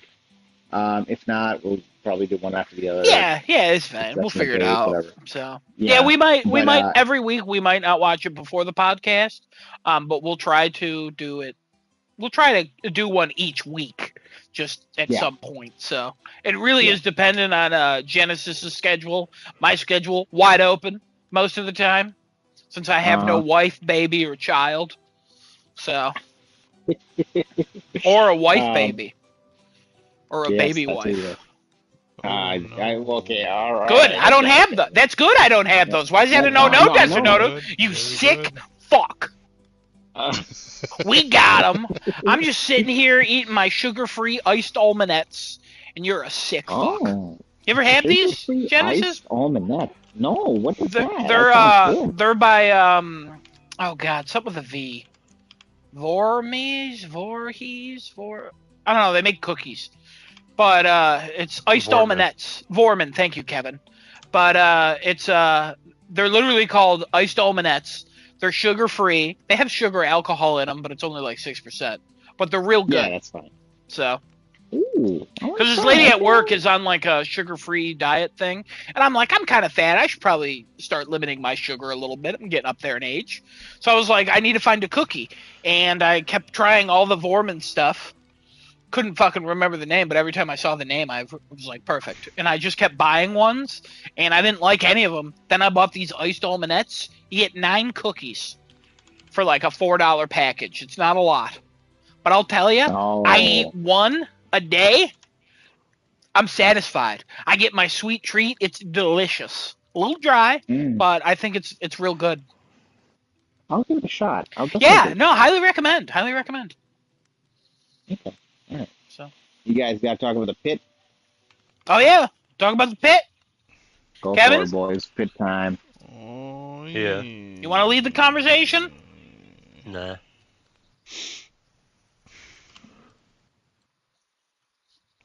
Damn.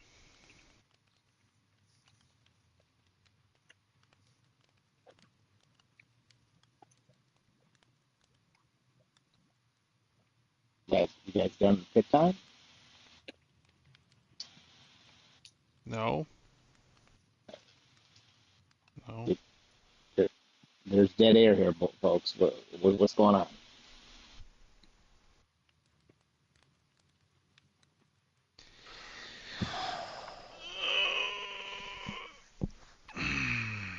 Well, we got our ice episode. Hey!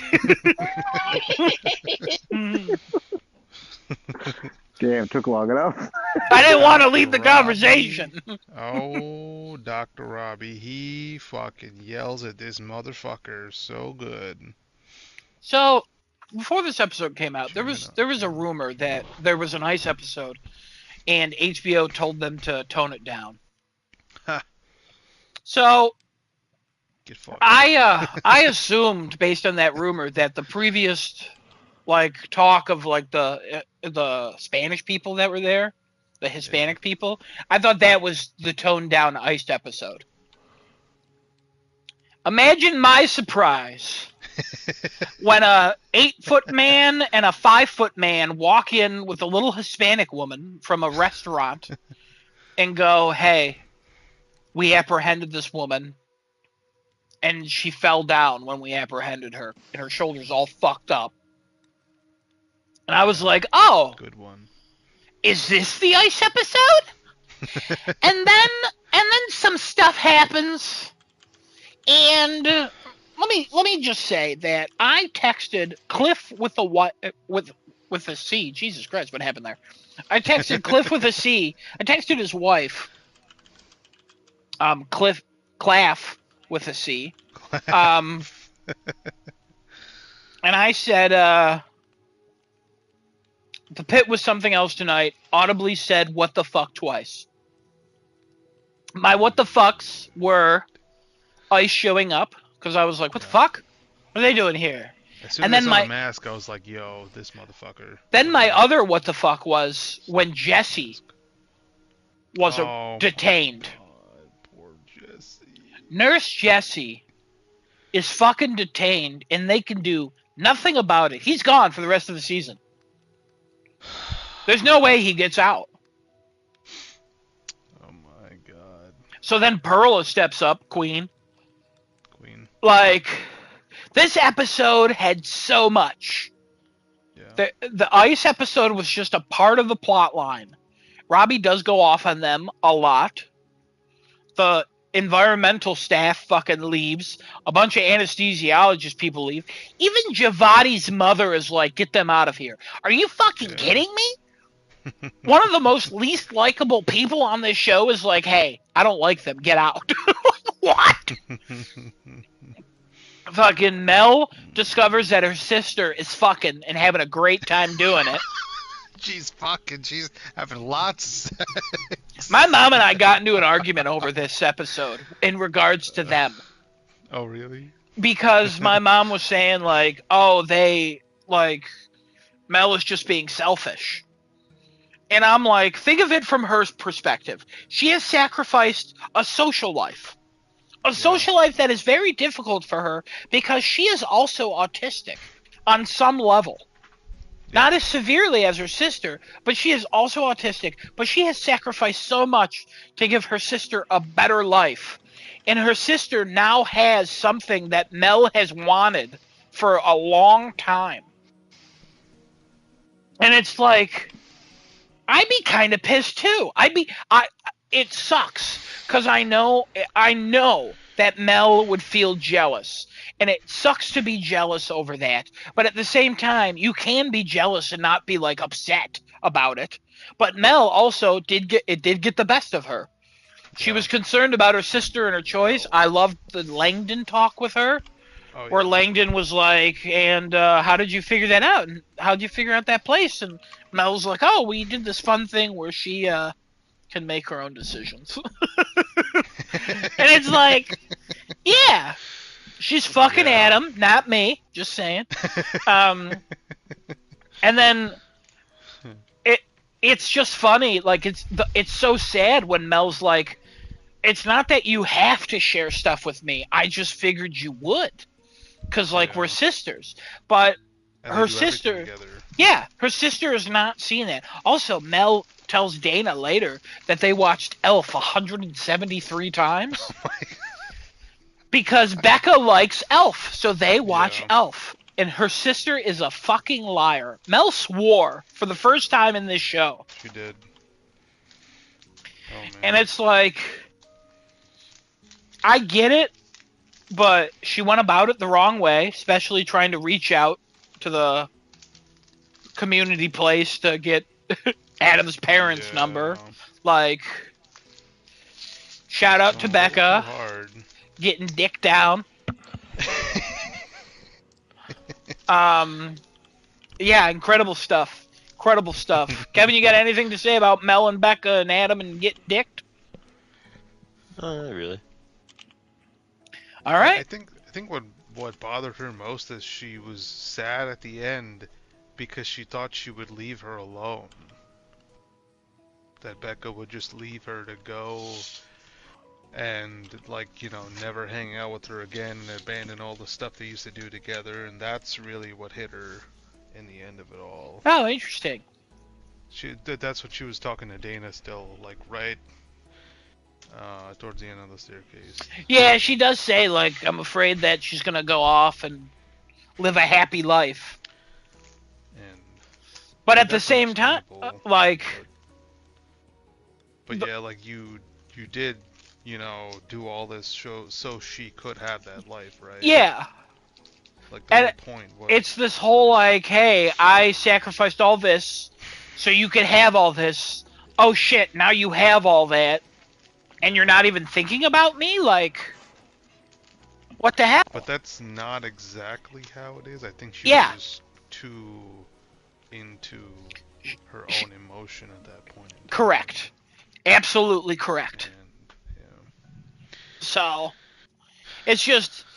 Also, like, I mean, a known attribute of people with autism is they don't really recognize emotions, or don't know, not recognize, but don't really know how to handle emotions. Yeah. But, Yeah. and Becca she didn't like her screaming. That was obvious. And I think that just kind of soured the whole thing. Yep. And then it was kind of just over from there. But then her being like, actually, no, I'm going to go watch the fireworks with him. I'm going to go do this. All right, see ya. Yeah. Like, hey, that's always been their thing, but, you know, like, it's good that she's getting out there. Like, be happy for her. Yeah. So, a little sad, but, you know, And cool. then, and she was, caught up in the whole deposition shit, and that's still on her fucking head, and Yeah, because it didn't a go whole well. lot of and all the hospital stuff. Everything's just piling and piling, and it's a bit much when you're also a doctor there, Yeah. and your sister's there, and like Yeah, everything was just... And you found out your sister is just getting fucked. You know what I mean? fucking, she's And she's the one who thought of it. She was the one who Yeah. was like, hey, you want to fuck? I was dying when she was like, lots of sex. When she said she had a UTI, I was like, oh, she fucking. Yeah, something. My mom thought yeah. she was pregnant. And I was like, I don't think she's pregnant. I think they're just fucking. I don't know what their... Not yet, at least. I don't know what their safety method is. But, you know, they're you know... They're in a home, they live together, they fucking, you know what I mean? Yeah. But, yeah. The Santos and Whitaker. Oh, okay. Yeah, you know Not we'll there get yet. there. No, you know we'll get there. Santos and Whitaker had a great patient who caught a ball. And he did not let go of that Did thing. not want to let that shit go. Oh Kevin, you got my any thoughts about this one? Man was screaming. What one? The baseball guy. Oh. I mean, I don't know. Holding on to that baseball. He was old and he was gripping. He was basically fucking it. He did not want to let something things go. I thought there was something wrong with his muscles for a minute, but that didn't seem to be the problem. So No, it just turned out that he's had one too many baseballs taken from him, and he didn't trust anybody. And also, there's a theory on Reddit, and I've seen it in a couple other places, that he had a bracelet on his one arm, like the bracelet Langdon has. So people are like, is he also a recovering addict? That's why he didn't want the drugs? Could be. And I was like, that's interesting, but like, I don't know if a bracelet is like the most... I don't know if that's a dead giveaway for I'm on treatment. You know what I mean? Like, McKay doesn't have a bracelet. So, Right. but I just thought it was really interesting. I'm like, oh, that could be a possibility. But also, that man would not let go of that ball. Nope. And Santos and Whitaker were like, let's fucking watch this. This is going to be incredible. And then it was a good distraction for Mel for a little bit. But also, the man got something to bite down on, and as soon as he bit down on it, they started moving his arm, and he spit it right at Mel's face, which was so funny on how she looked. Yeah. Because she was like, what the fuck? And then he was screamed. pissed. And they cut to Donnie in the funniest scene of the whole episode of Yeah. Donnie being unfazed. Not only because he's just worked there for years, but also he's a new father. So screams are not doing nothing to this man. Yeah. That got Kevin and I pretty good. it was Also, so weird. I love the look of Whitaker and Santos when that guy's like, I don't want any drugs. They just look at each other and go, all right, let's do it. So, and then Mel kind of blew up at them. That's what inspired her to go to have that stare talk with Dana. I just tossed the clipboard on the floor. Or she placed it down. She placed it, she kind of slammed it down a little bit. Yeah. But, And she yeah. just swiftly walked away. And then Dana is the hero like she always is. A drunk man came in. And he was knocked out. Kevin thought his friend was a UPS guy, which was really funny. My mom also thought he was. My mom also thought he was dressed as a delivery guy. I'm like, that's clearly a guy who's been drinking all day and playing golf. Yeah. But he is kind of dressed fishing like a or delivery something. guy. Yeah, they were playing golf. Yeah, or Oh. yeah. But They're not friends. They just golf together. They don't talk about family. They don't know each other like that. They just golf. He's not on performing enhancing drugs because he scored real bad. Emma had no idea what the score meant in golf. Because he had like 161 or something, was it? It was fucking crazy. Yeah, 121, I believe it was. Was it 120? It was nuts. Either way, it was nuts. Horrible score. It was very, very high. Yeah, very bad score. So, but he's like, I'll come back later for him, which is nice, I guess. And then a little boy got stuck in a car and got cooked. Yeah, literally got cooked. Kevin and I were suspicious of the woman at first, Mm-hmm. along with Joy. Yep. We Joy were all was, suspicious. She was losing her focus a little bit too. I guess Well, she even was- for suspicions and- Well, also it's like, how the fuck could you leave a child in a car? yeah, just. Why like is your that. car unlocked? It's a safe neighborhood. So what? Lock your fucking car, lady. What are you doing? Yeah. Also, kids could just get in it and fall asleep. Exactly. But like, you know, she felt like Anybody could get in it. yeah. Also, people noticed that Langdon, as he was lifting the kid, it looked like he strained his back. Oh. So, you know, that might be building to something. We might talk about that last. Who knows? Yeah, and then the woman is like, I don't know, like, I was gardening, I kept looking over, he's riding a trike, like, I don't know. And we were like, there's something going on here. And then Al Hashimi is like, hey, like, there's good improvement. And she's like, oh, he'll be back to normal. And then Al Hashimi is like, he'll be back. We're hoping he'll be back to, what did she say, like, some cognitive function? There might be Yeah. some aspects that are different. Like, how she explained it was, like, so... the perfect way to explain it to someone. But that woman then... I don't know if she broke, Yeah. but she let go of her son's hand, slowly, and then she walked out of the room. And then she was outside,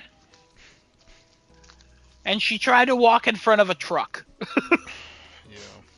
Thankfully, Al Hashimi saved her, Just in time.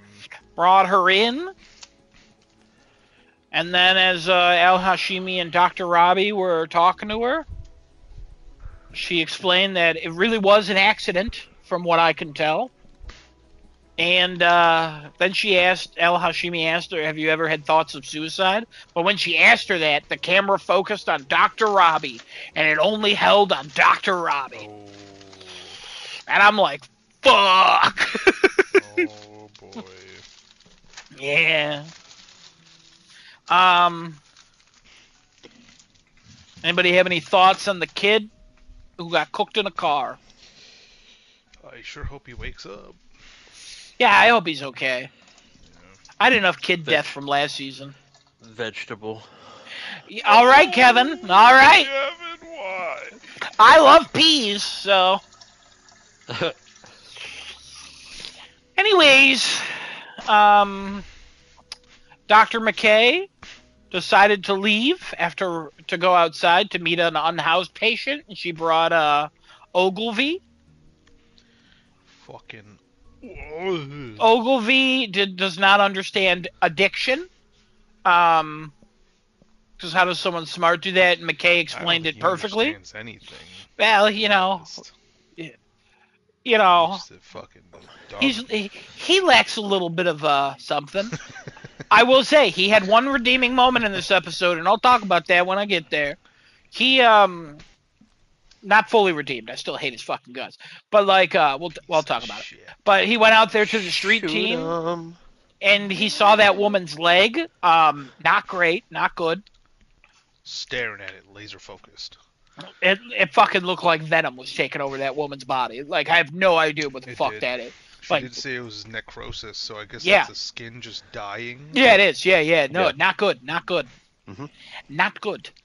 Straight Not dying. good. Not good. Not good. Um. So they were helping her out. Also, Parmigiano. that woman kept looking at him, and I was like, "Ooh, are they in love?" He said it Oh, like Trump. You know, under Oh, all no. under all that addict makeup, you know, she could be attractive. You know what I mean? Could be, except that leg. Hey, she's probably gonna lose that leg eventually. You know what I mean? Oh, great. A little stumpy, you know, Oh, God. Humpy the Stumpy. You know what I mean? Kevin gets it. Oh wow. Easier to carry her Mm. across that threshold after they get married. Anyways, so first date's gonna be at IHOP, but Oh, they. my God. Oh, he got No. it. So McKay comes back. Robbie yells at her and be like, "Why didn't you tell anybody you were leaving?" She literally told Samira, which is strange, Mohan. She told Mohan that she was leaving to cover her patients. But I guess Mohan told nobody, and McKay didn't throw her under the bus. Thank God. Um, Mm. and Or threw that Roxy woman under the died. bus. Yeah, oh, that's fair. He died. Roxy died like 20 minutes after she was injected. Rip. Roxy just fucking passed. And I love that scene with Robbie and Javati. Like, No talking. Yeah. Just gestures and. Robbie touching the guys, like Mr. Roxy, touching him and being like just offering like a face of support and stuff. Like, what the fuck? Like, son of a bitch. Mm-hmm. And then, what else? Oh, and then Ogilvy's patient, the English teacher, was reading his book, having a great time. And then they go to check on him because he was waiting on his meds to get discharged and he's sleeping. And they're like, wake up. He's not sleeping. He's having a bad time. His heart is all fucked up because apparently when you have when you see signs of kidney stones, it could either be kidney stones or it could be something to do with your aorta. So you got to check that, and he made a mistake. Again. Yeah, he made another mistake, and he should have caught that, you know. But even Robbie was like, "Hey, it happens. It's an easy one to miss."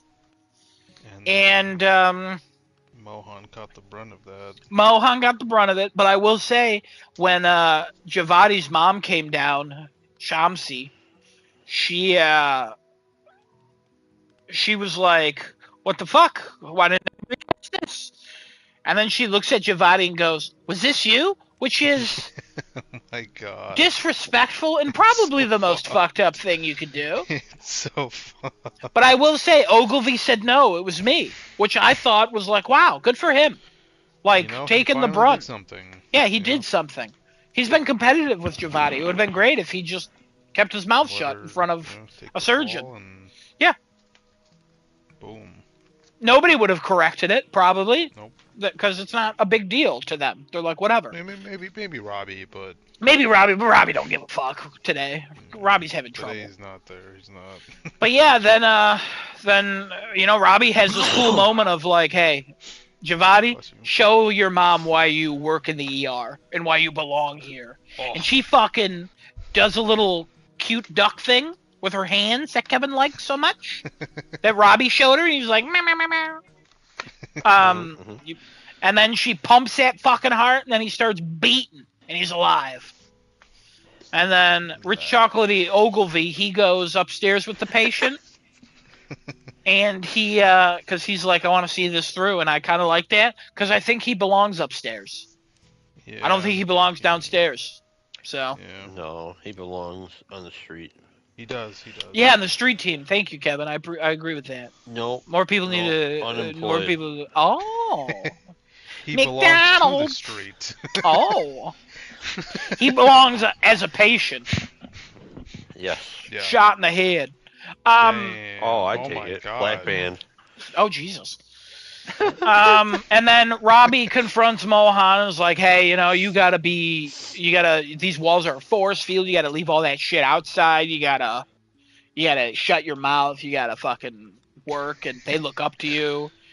And he's like, that's why all the best doctors leave that shit outside. And she's like, maybe I don't belong here. And then Robbie goes, McKay! And sees her and tells her about Roxy. And it's like, what the fuck? Like, you could have. I really didn't like that he didn't say anything. Yeah. To be like, you absolutely belong here. He just And let her walk away. I hope he gets a redemptive moment with her later. But also, I'm more concerned about Robbie right now.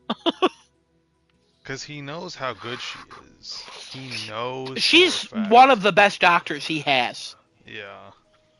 So why and are I you letting think her walk away like that? Abbott would be like, you better not let her go. You know what I mean? Because Yeah, they got he'd be something like, going if you let her on. go, then I'm taking it instead. If you let her go, I will stop being a fucking military man on the side for fun. Like, what the fuck? Come back. Yeah. And then what else? What else happened? Duke has either lymphoma or some kind of heart disease. They got to check that out. Robbie's not leaving on time because he's got to stay back for Duke. Hopefully Duke doesn't die. Hopefully.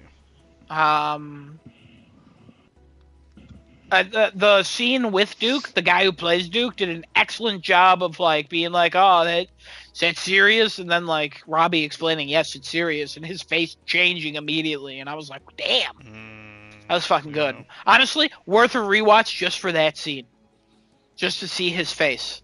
When you watch it again, Desinoto, watch Duke's face during that scene. It is incredible. Okay. I was really shocked. I noticed it the third time I watched it. What else? What else?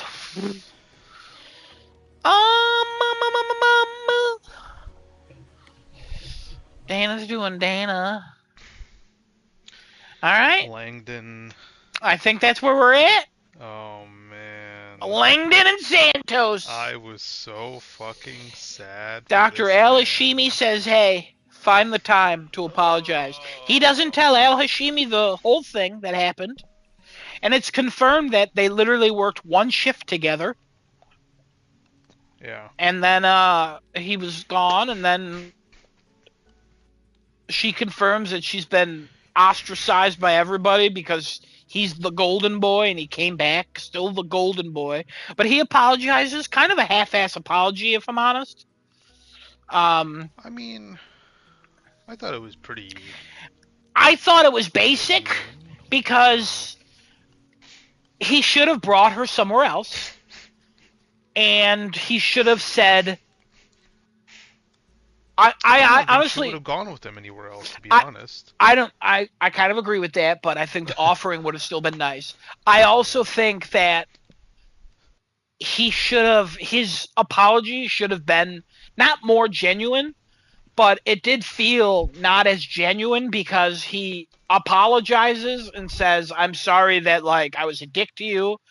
He doesn't apologize for like lying to her face and making her look like she was fucking up.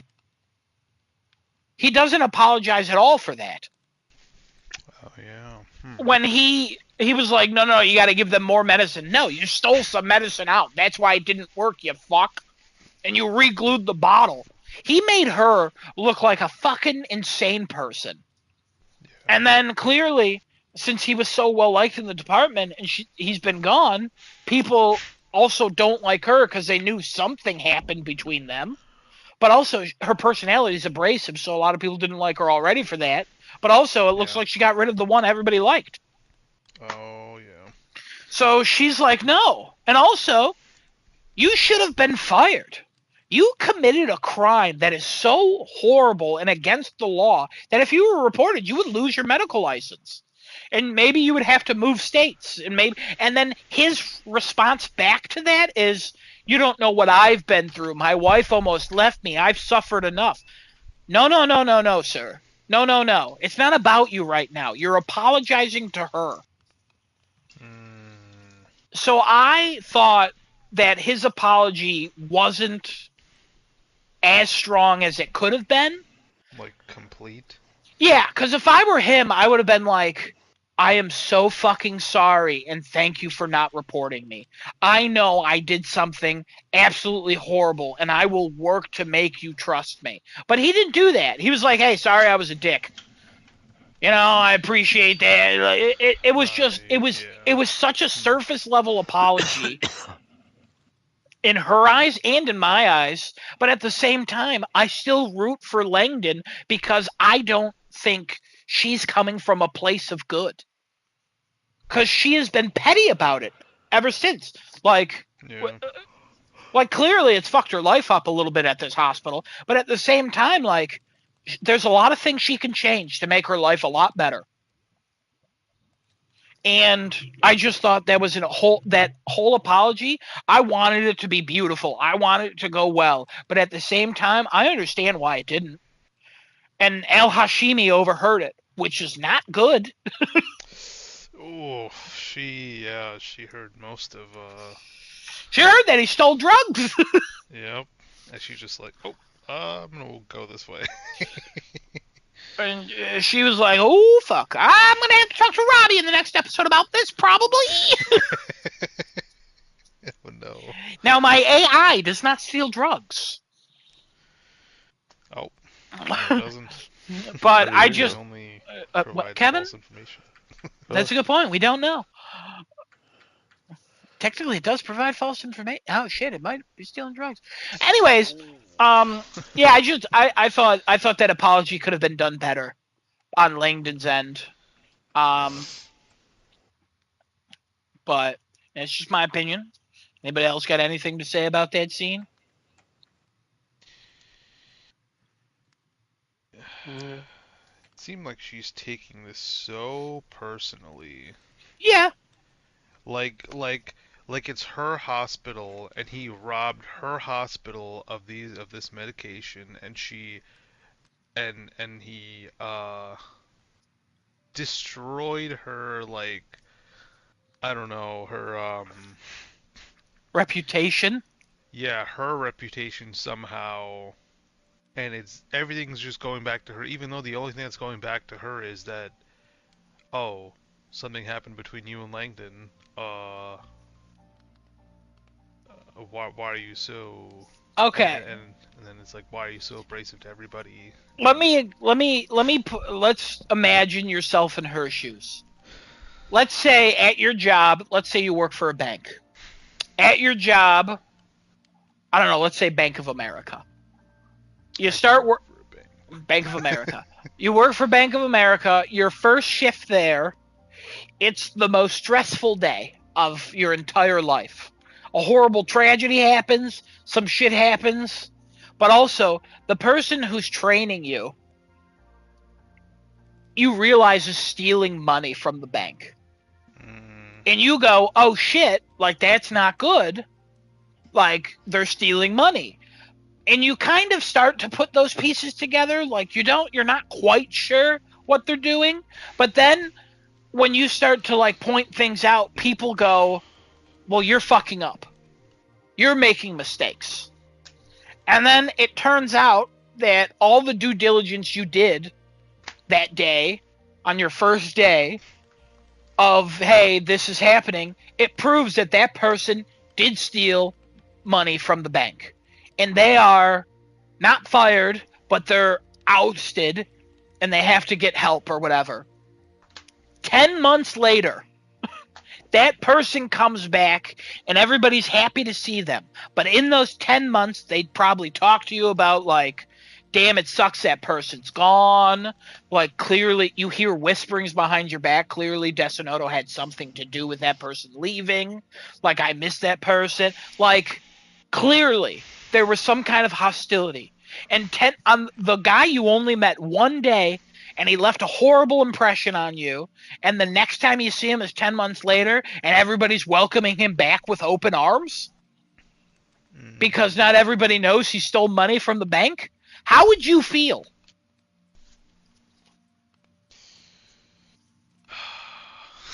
Fucking pissed. And you're not allowed to really talk to anybody about it. Yep. The only person you talk to about it is not in a relationship with you. They're just a booty call, and they refuse to be anything more, even though you want it. Your one friend that moved in with you is not your friend, really. He just lives with you, and then he spends most of his weekends outside of the house, and during the week, he's at work. So you really have no social life with him. Well, who are your friends? You have no friends, as mentioned in the previous season. One of your friends killed themselves. That's why you knew how that guy tried to kill himself. So your social life's not great. So, and you're abrasive to people because you're defensive, and like there's sympathy for her, but at the same time, like she is making her own path here. Like she's building these walls, but at the same time, I can't imagine what that would be like. I would be fucking pissed too. I would hopefully recognize that, like, okay, I need to let this go for my sake. Right. But, like, I understand every feeling she shares in regards to Langdon. Like, I get it. Fuck that guy. He was an absolute monster to her. Make her seem like she was fucking up so bad. In that first season, he makes her seem like she is bad at her job. And there's moments where she makes mistakes, and you know she threatens that one guy, which is a huge problem. But whatever, it's a show. But like it's just crazy to me. Like my mom was like, I don't like Santos, so and she should forgive Langdon. I'm like, we love Langdon because we know Langdon. We feel like we know Yeah. Langdon.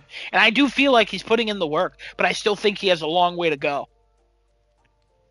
And I kind of agree with her, not that he needs to mention that he stole drugs, because, you know, crimes. I think he needs to admit that to her and to himself, because he's really not admitting it to himself. Because even in rehab, he probably didn't say, like, I stole drugs. He probably just said I was addicted to drugs. I guess the only person he did tell was, fucking Louis.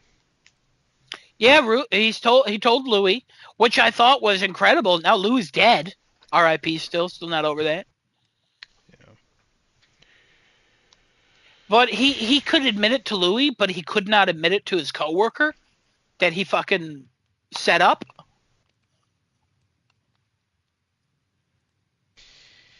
He did only work the one shift with her. Yeah. And it didn't go well. It wasn't a great impression. So.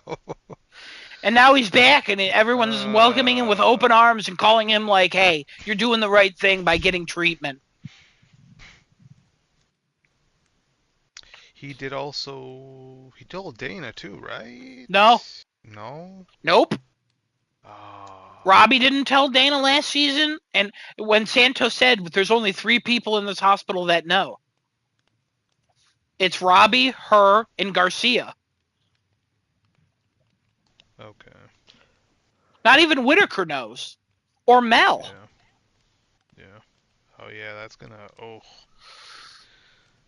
Mel's gonna have a C. Okay, I gotta read a really funny thing from Cliff with a C. So Cliff with a C's wife, Claff, she said that she felt like twice, saying what the fuck twice was low. She kept looking at how much time was left, and then she kept saying like at least 5 more things can go wrong. And I'm like, yeah, there's a lot of moments, and then we talked about all the shit. And I said last season Robbie broke down. This season everybody's breaking down. And then Cliff with a C responded, next season you break down.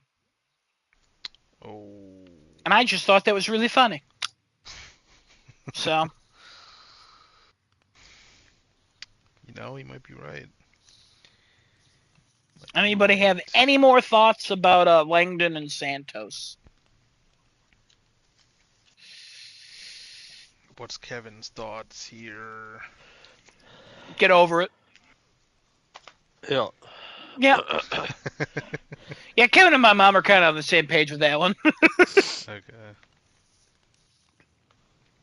Get over it. It's not your It's life. clearly eating her. Yeah, it's forgive and forget. Or as I always say, why forgive when you're just going to forget? Yeah. So. And then the episode ended. And Emma was like, "Oh, the drunk guy who's passed out. Emma, no. His heart monitor fell off, so she went to go fix it. And the guy was like, "Who are you people? Why are you doing this to me?" Then he grabbed her by the neck and started choking her. And then the episode ended. Yeah. No, Emma. Kevin, I know you had thoughts on this. Yeah, he's a vet. Back in Nam.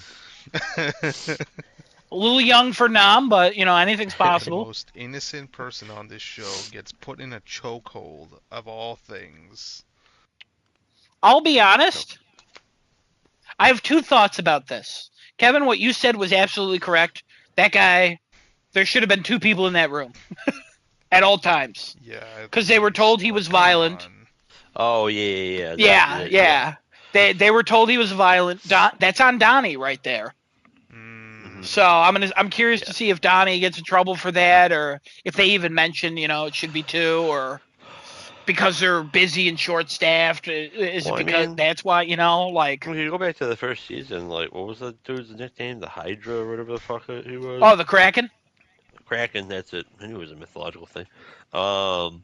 Like I'm pretty sure they made a point that like no, you don't go in there like. Well, they knew that guy.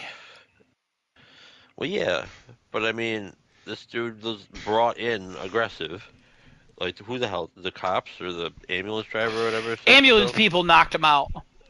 Yeah. Like, eventually that's going to wear off.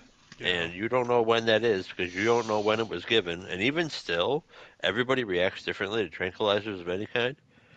So. Yeah, very curious to see. My other thought is, I'm worried for that man. Oh, yeah? Yeah, I'll tell you why. Gonna come over? No. Something stronger than ice and more vengeful than ice. Dana. Sean. Oh. Dana is gonna kill that man. Oh yeah. Dana's gonna go in there and scoop out his eyeballs. Dana literally has warned patients this season, don't fucking grab nurses. Don't, because Emma was already grabbed. Yeah. And Dana is kind of like, she's gonna fucking kill him. She's gonna walk in, and you're just gonna hear, round one. Emma's just gonna be like, it's literally going to be, it's like watching a YouTube short. All of a sudden, it's gonna cut to Emma, it's gonna turn black and white, and a liquid's gonna cover her face. I don't know what the fuck Dana's gonna do to that man, but I can't imagine that man is gonna walk out of there being like, hey, I'm okay. All good. Nope.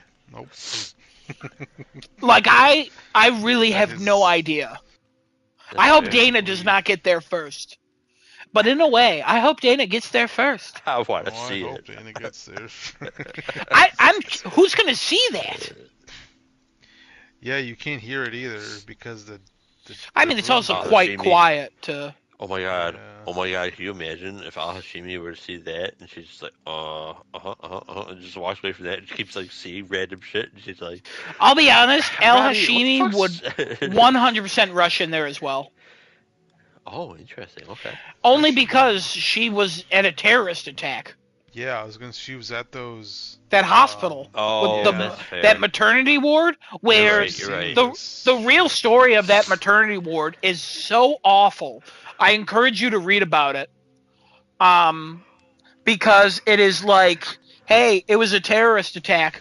Then they had to leave. The doctors had to evacuate and leave the women and the babies there. Right. Oh my god. So like, the amount of guilt that woman must feel. That Al Hashimi's going to be driving the truck that almost hit that woman into that room.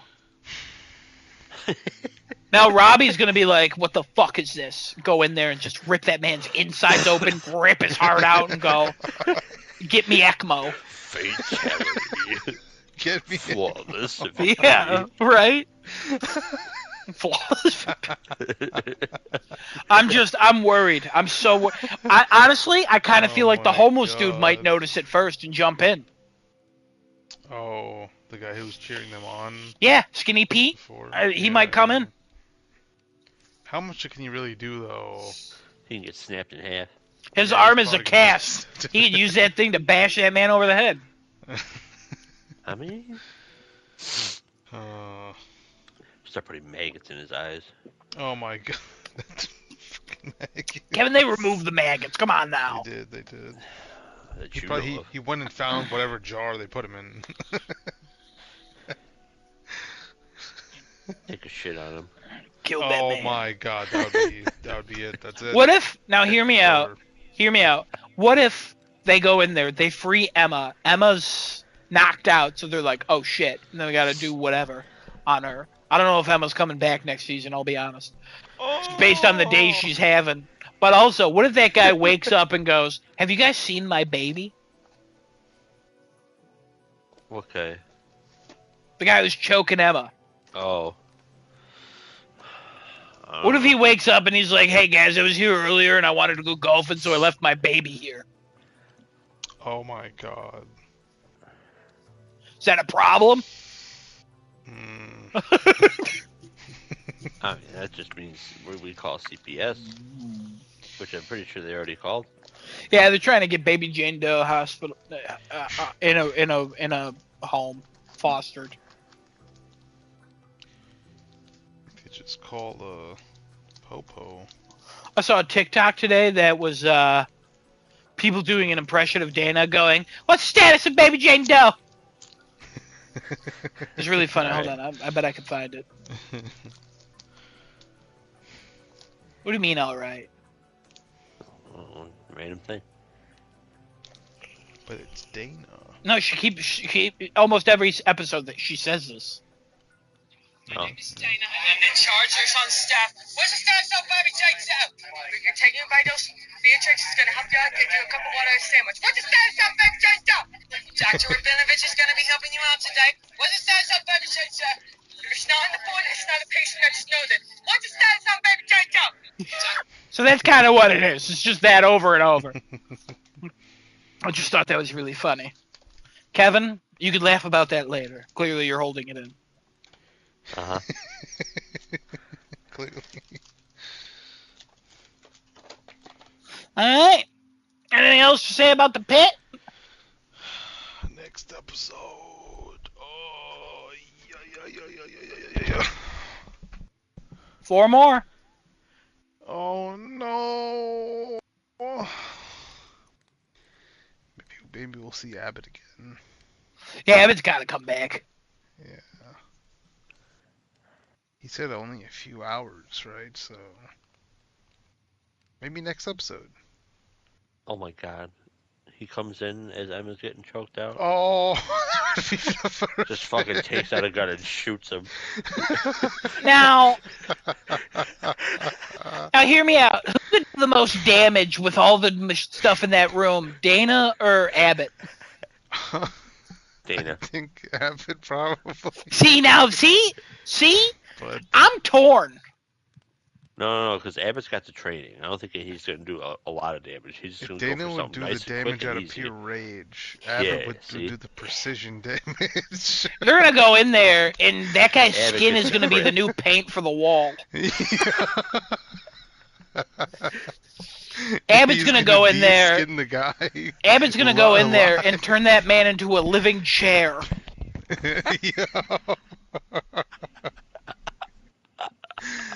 Oh my god.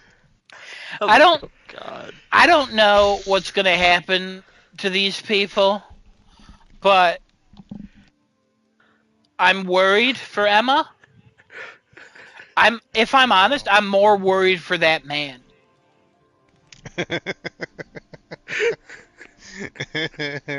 I swear, I'm living more chair worried. got me. Oh yeah, I know it. See, you didn't laugh at the funny thing, but you laughed at the stupid. Come on now. That's what I like. Turning a man into a living chair? No, stupid comedy. It's crazy. What does that even mean?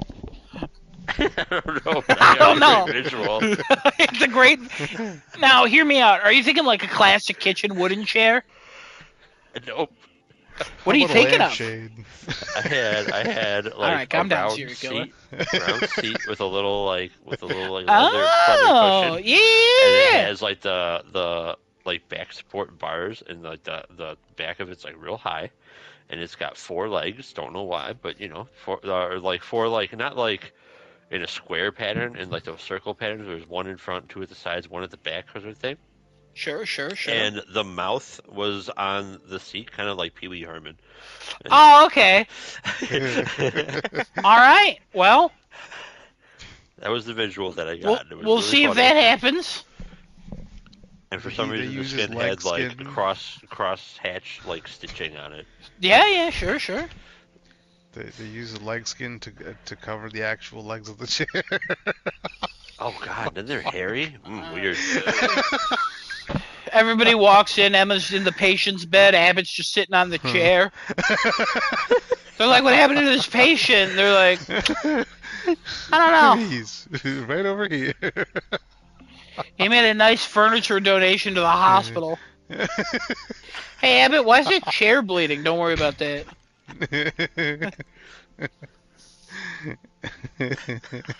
Living chair.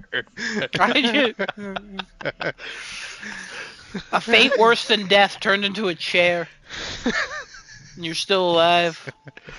Oh my God. Anyway. Well, that's the pit. Any predictions for next week? Oh, we just predicted like 100 ways this man could die. So. Well, I don't think we away. really believe. I think Dana will attack him. I'm going to say the homeless man notices what's happening, and Dana fucking books it there. Yeah. I think Abbott comes in and intervenes. That would be crazy. I would love love that. Destino, do you got a guess? I would love if Abbott comes in. Is that a guess? Yeah. So you and Kevin have the same guess. Alright, I'm changing my guess then. Okay. Chen comes in. And Oh! What the fuck's going on? And he turns that man into a living cup. He completely loses it. We're going to see a whole different side of Chen. I believe it's Shen, by the way. Shen? Okay. Yeah, I think it's Shen. Oh, what if Joy walks in? You better stop. I got a photographic memory. No. What if Ogilvy comes in? Oh, he's just gonna scream and run. He's gonna turn around and walk away. You don't think Ogilvy would be a hero? He'll be a pussy ass bitch like he always is. He'll try to be a hero, wind up getting choked out, and then everybody's gonna celebrate. What if Javati comes in and picture that man as her mom and beats that man to death? I think she might just stand there in shock and not know what to do. And then after she kills him, her blood-stained face, she gives one of her Javati faces. Oh no! No. Oops. The Hey guys, social welcome to my worker. TikTok. Is it the social worker who's in the wheelchair? No, that's the Or is it therapist. the psychologist? That's the Psychologist, therapist? psychologist. Yeah. He comes in and you find out he's not actually bound to that wheelchair. Oh, and he he starts just to gets frickin' going. Fun fact, that guy is in the show called Lincoln Lawyer, also in the wheelchair. Oh, wow. Is the actual actor in a wheelchair? Yeah. He just likes to be called an actor. What? Not an actor in a wheelchair. He just likes to be called an actor. No, No, I was. I know, asking Kevin, it was if a the joke. Real person. Kevin, of course he's a real person. He speaks. Oh my god. Is he really disabled? No, Kevin, he's abled. Fucking. No, he's really in a wheelchair, though. Okay, so He can it's walk, just. but he just chooses to sit in a wheelchair, I mean, it's even in probably his way free easier. time. Wow. No, he has no issues walking at all. Wow. Oh, what? He just likes sitting in wheelchairs. Wow. Gets him more rolls. I hate you. Yeah. No, he really is in a wheelchair, though. I don't know what to believe anymore, so I'm just. No, gonna I'm ignore it at this point. all seriousness. He is really in a wheelchair. He is a disabled actor. Okay, So I believe you this time. yeah, no, that's the truth. So like how Dylan is transgender, Who? the redheaded social worker. Oh, really? Yes, born a woman in real life, Huh, transitioned how to about that? male. Dylan. Yeah, the redhead guy who replaced Kiara this season, because Kiara's having a day off.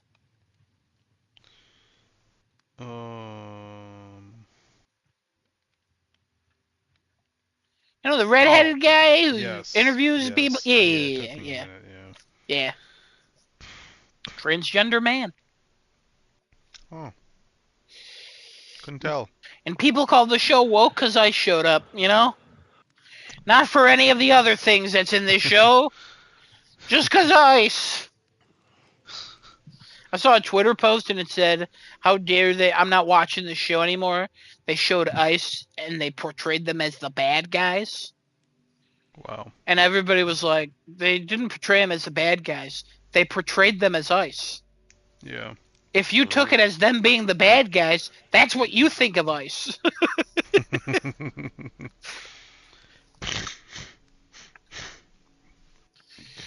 Also, fun fact: the ICE raided a restaurant the week of that episode in the pit. They raided a restaurant in Pittsburgh. Ooh. So little art Wow. So they imitates just life. probably. I wonder if they just added that sentence in there. Or. No, I mean No. that's what No. they were doing. I think that was like a known thing they were doing for a while. Oh, yeah. But also, this show They is had to made add like that. super quick. Yeah. So Oh yeah. I mean, they're going to They be making season 3 here soon. they claim that everything was done like I don't know if they said that the shooting of the episode was done, but like the whole like script and everything was done before anything happened in Minnesota. Yeah. I Yeah, they believe it. finished filming or they started filming in, I want to say, May or June of last year. Because it was like super quick. And then they finished filming in like September. But fun fact, to bring this into reality real quick, all right? I was talking with a coworker whose girlfriend works in a hospital. Oh, yeah. That I'm gonna just go unnamed at the moment here. All That's right. fine. That's fine. And I was telling him about this episode and how they brought ice into it and everything, and he was like, "Yeah, she's told me about that on 3 separate occasions already." Yep. Wow. I believe it. So. You mean people get hurt during ice raids? What a shock. I would have never guessed that a bunch of untrained people walking into a place and tackling people to the ground using what I would call unnecessary force would do that. Wow, it's crazy. Who knew? I know, right? Well, anyways. Ugh, Fuck 'em. fuck 'em. Hard. Genesis Pro Ice, he was saying. He was, yeah. Well. You definitely believe it. I'm pro ice, 110%. Can't wait to deport them fucking brown people. You know, can't wait. It's fucking great.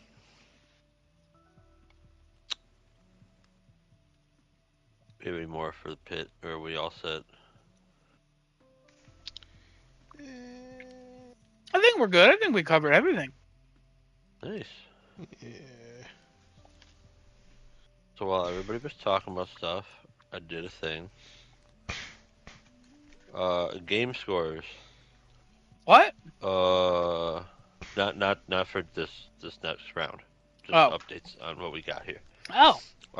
Life is Strange Reunion for some reason still doesn't have freaking reviews. Oh, it comes out tomorrow. That's probably why.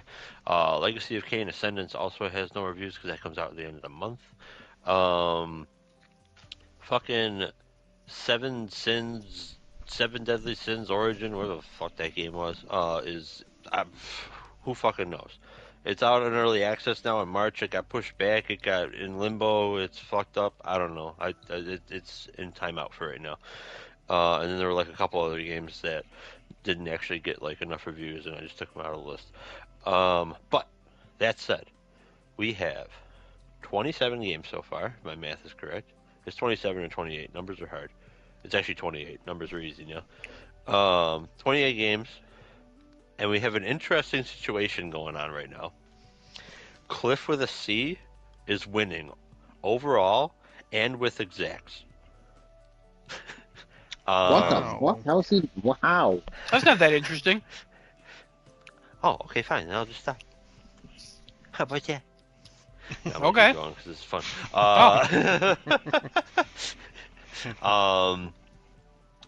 Let's see. Cliff of the Sea is 120 total points off of the scores.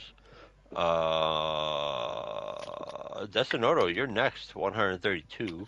Then me, 2 points behind you at 134. Adam, 7 points behind me at 141. And Genesis at 245. We've got a nice lead on him. It should be good for the rest of the game. Hell yeah, baby. Where I belong. Cliff At of the the Sea, bottom. 5 exacts. Desinoto, you got 3. I have 1. That's it. Adam, never good with exacts. But the game is young, everyone. The game is young. Adam typically starts a little bit behind and then works his way. But For yeah, a minute, of Cliff Sea. with the C was winning last year. Oh, all right. Yeah, Desinoto was winning, and then Cliff with the C, and then it was Desinoto back, and then me. Only 6 of Cliff of the Sea's scores are higher than what the game scored. Wow. That's interesting. He's very good at getting just under, like within minus 3 points. Wow. Nice. Yeah. Good job, Cliff with a C. I hope he pulls this off this year. He's in position to keep it rolling He'll fall off. and win both. He'll fall off. Oh I no! promise. He always falls off. Oh, hopefully it's not that far down. Oh. Honestly, Genesis might overtake him. You hear that? You got competition. If there's a way I can win, then I'm gonna whip it out. What? That's not how you win. I'm gonna win like that, I'll tell you what. All I do is win, no matter what. I've already had my win for you, man. Remember PC? that? That was funny. No more PC? Fucking love it. Man, what a good idea that was. You Yep. came up with that one. That was good. I keep forgetting that, so now I just sound fucking crazy for saying that. Sound a little narcissistic for saying that. What a well-executed idea that was. That's what I'll Definitely say. was. Definitely was. All I do is win, no matter what. I'm on my mind, I'll never get enough. Bungie closes, Kevin's gonna come in with that song too. No, I'm not. All I did was win. Wow, okay, Kevin. Never mind. Let's What? not add a little flair to your life. Hey, What song are you coming into? nothing. What are you? Nope. You're what the fuck? It's over. It's What? over. Why Why won't you didn't you come in with celebrate? a song? I don't need to celebrate. Kevin, you got to celebrate something. I really don't need to, but okay. All right, I your have a birthday's question. canceled. Fine with me. What's your question, Destinato? Where do you get your iced almonds from? Wegmans. What? The hell's an almanac? That's a cookie he was talking about before. Kevin, Oh, I must ask you, where do you go? where do I go?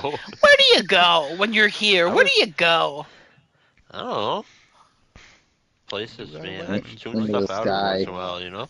Where do you go? You know what I mean? Like, you're here, but, like, where are you?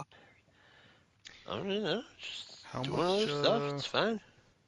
How much are they over there? Is I like think they're $4 $4. still? Okay. I see they don't have any of that aspartame or anything in them. I don't know what that is. It's like the diet sweetener. The fake. Yeah, I don't know if it has that.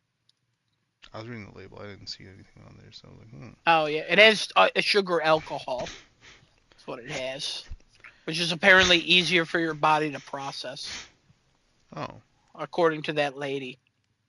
But they're Doesn't still... even say anything on the label. What? Should say that they have sugar alcohol. Not what Walmart has on there. Oh, Walmart Is has one? there, Nice. sorbitol? Something ending in Barbitol, OL? albuterol. Barbasol? Okay, interesting. Yeah, no aspartame or anything. Oh, Yeah, I don't. Why are you sorry, I obsessed don't with believe in aspartame? you. I just don't like how the diet sweeteners taste. Oh, these ones are good. They literally, if you like almonds, you'll like these. I promise. Okay. Yeah, because I like I love this brand's wafers. Orman's wafers are so fucking good. The no sugar ones. Well, I was eating the sugar ones, the Oh, strawberry. see, I bought the no sugar chocolate wafers to try those. I haven't tried them yet. Oh. So I'm like, I should cut back on my sugar a little bit, so I don't fucking Yeah. explode like Yeah. Genesis over here. Yeah. Get taken What out by now? a fucking sugar molecule. Oh my god. So is that damn sugar molecule. He smells Shoot a ice cream and Skittle he in his mouth passes and out he'll- for 6 months. Jesus. I smell ice cream and I pass out for 6 months? He eats a Skittle Oh and he my misses his daughter's god. weddings. Oh my god. Oh shit. Goes to Dairy Queen and his wife remarries. Oh. Oh no. She remarries Desinoto. Oh my god. Oh no. That's not good at And then all. Desinoto dies and then she marries Cat. Oh my. He's old. That's even worse. He's old. He's Good old old now. maltitol. Everybody What the- knows maltitol. Kevin, what the fuck is that a sweetener? maltitol? A maltitol Mazel has got to be tov. some sort of alcohol, and I'm assuming that's the sugar alcohol. Yep. Oh, okay. Maltitol is a sugar alcohol. A So that's polyol. the sweetener. Okay. I'll be honest, it says on the package sugar alcohol, the one I have. Oh. Do you want me to just take a picture of the label? Hold on, guys. Ugh. Sure. Let me get my...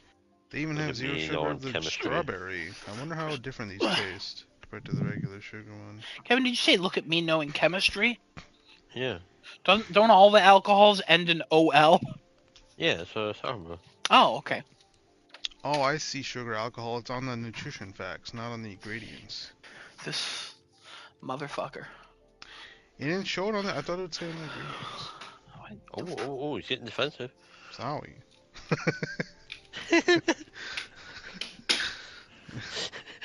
Oh, I But guess these I don't are need to... sweetened with aspartame too. Fucking Sweetened with ass. useless. Yeah.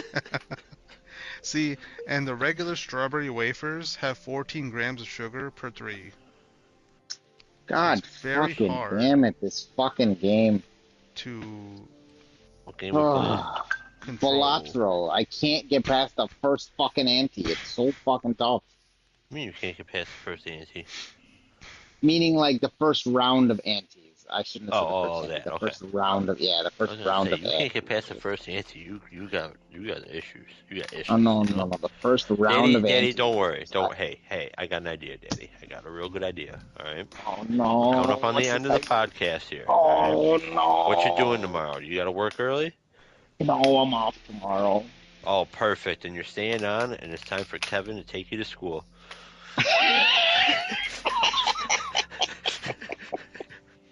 Elatro 101 is in session. Kevin to take you to school and spank you like the schoolgirl you are. All right. Yeah. No, I'm not that kind of teacher. Oh, please, that's the one I need. Like the schoolboy you are. There. All right. We're getting off this now. All right, guys. Thanks everybody for joining the podcast. We'll see you guys next week, same time, Can't same wait. place. He's On got to end it Crafting and now. Chat. We'll be on twitch.tv/crafting and chat. We'll be on youtube.com, so starting to with 2 R's. And see you guys next week. Take care. Bye-bye, everybody. We'll do game sports. See you later. We'll get fucked. See you later, bitch-ass motherfuckers. Jesus Fuck Christ, off my what's fucking happening? screen. Oh my God. Get fucked. I don't know why we became so hostile all of a sudden, but fuck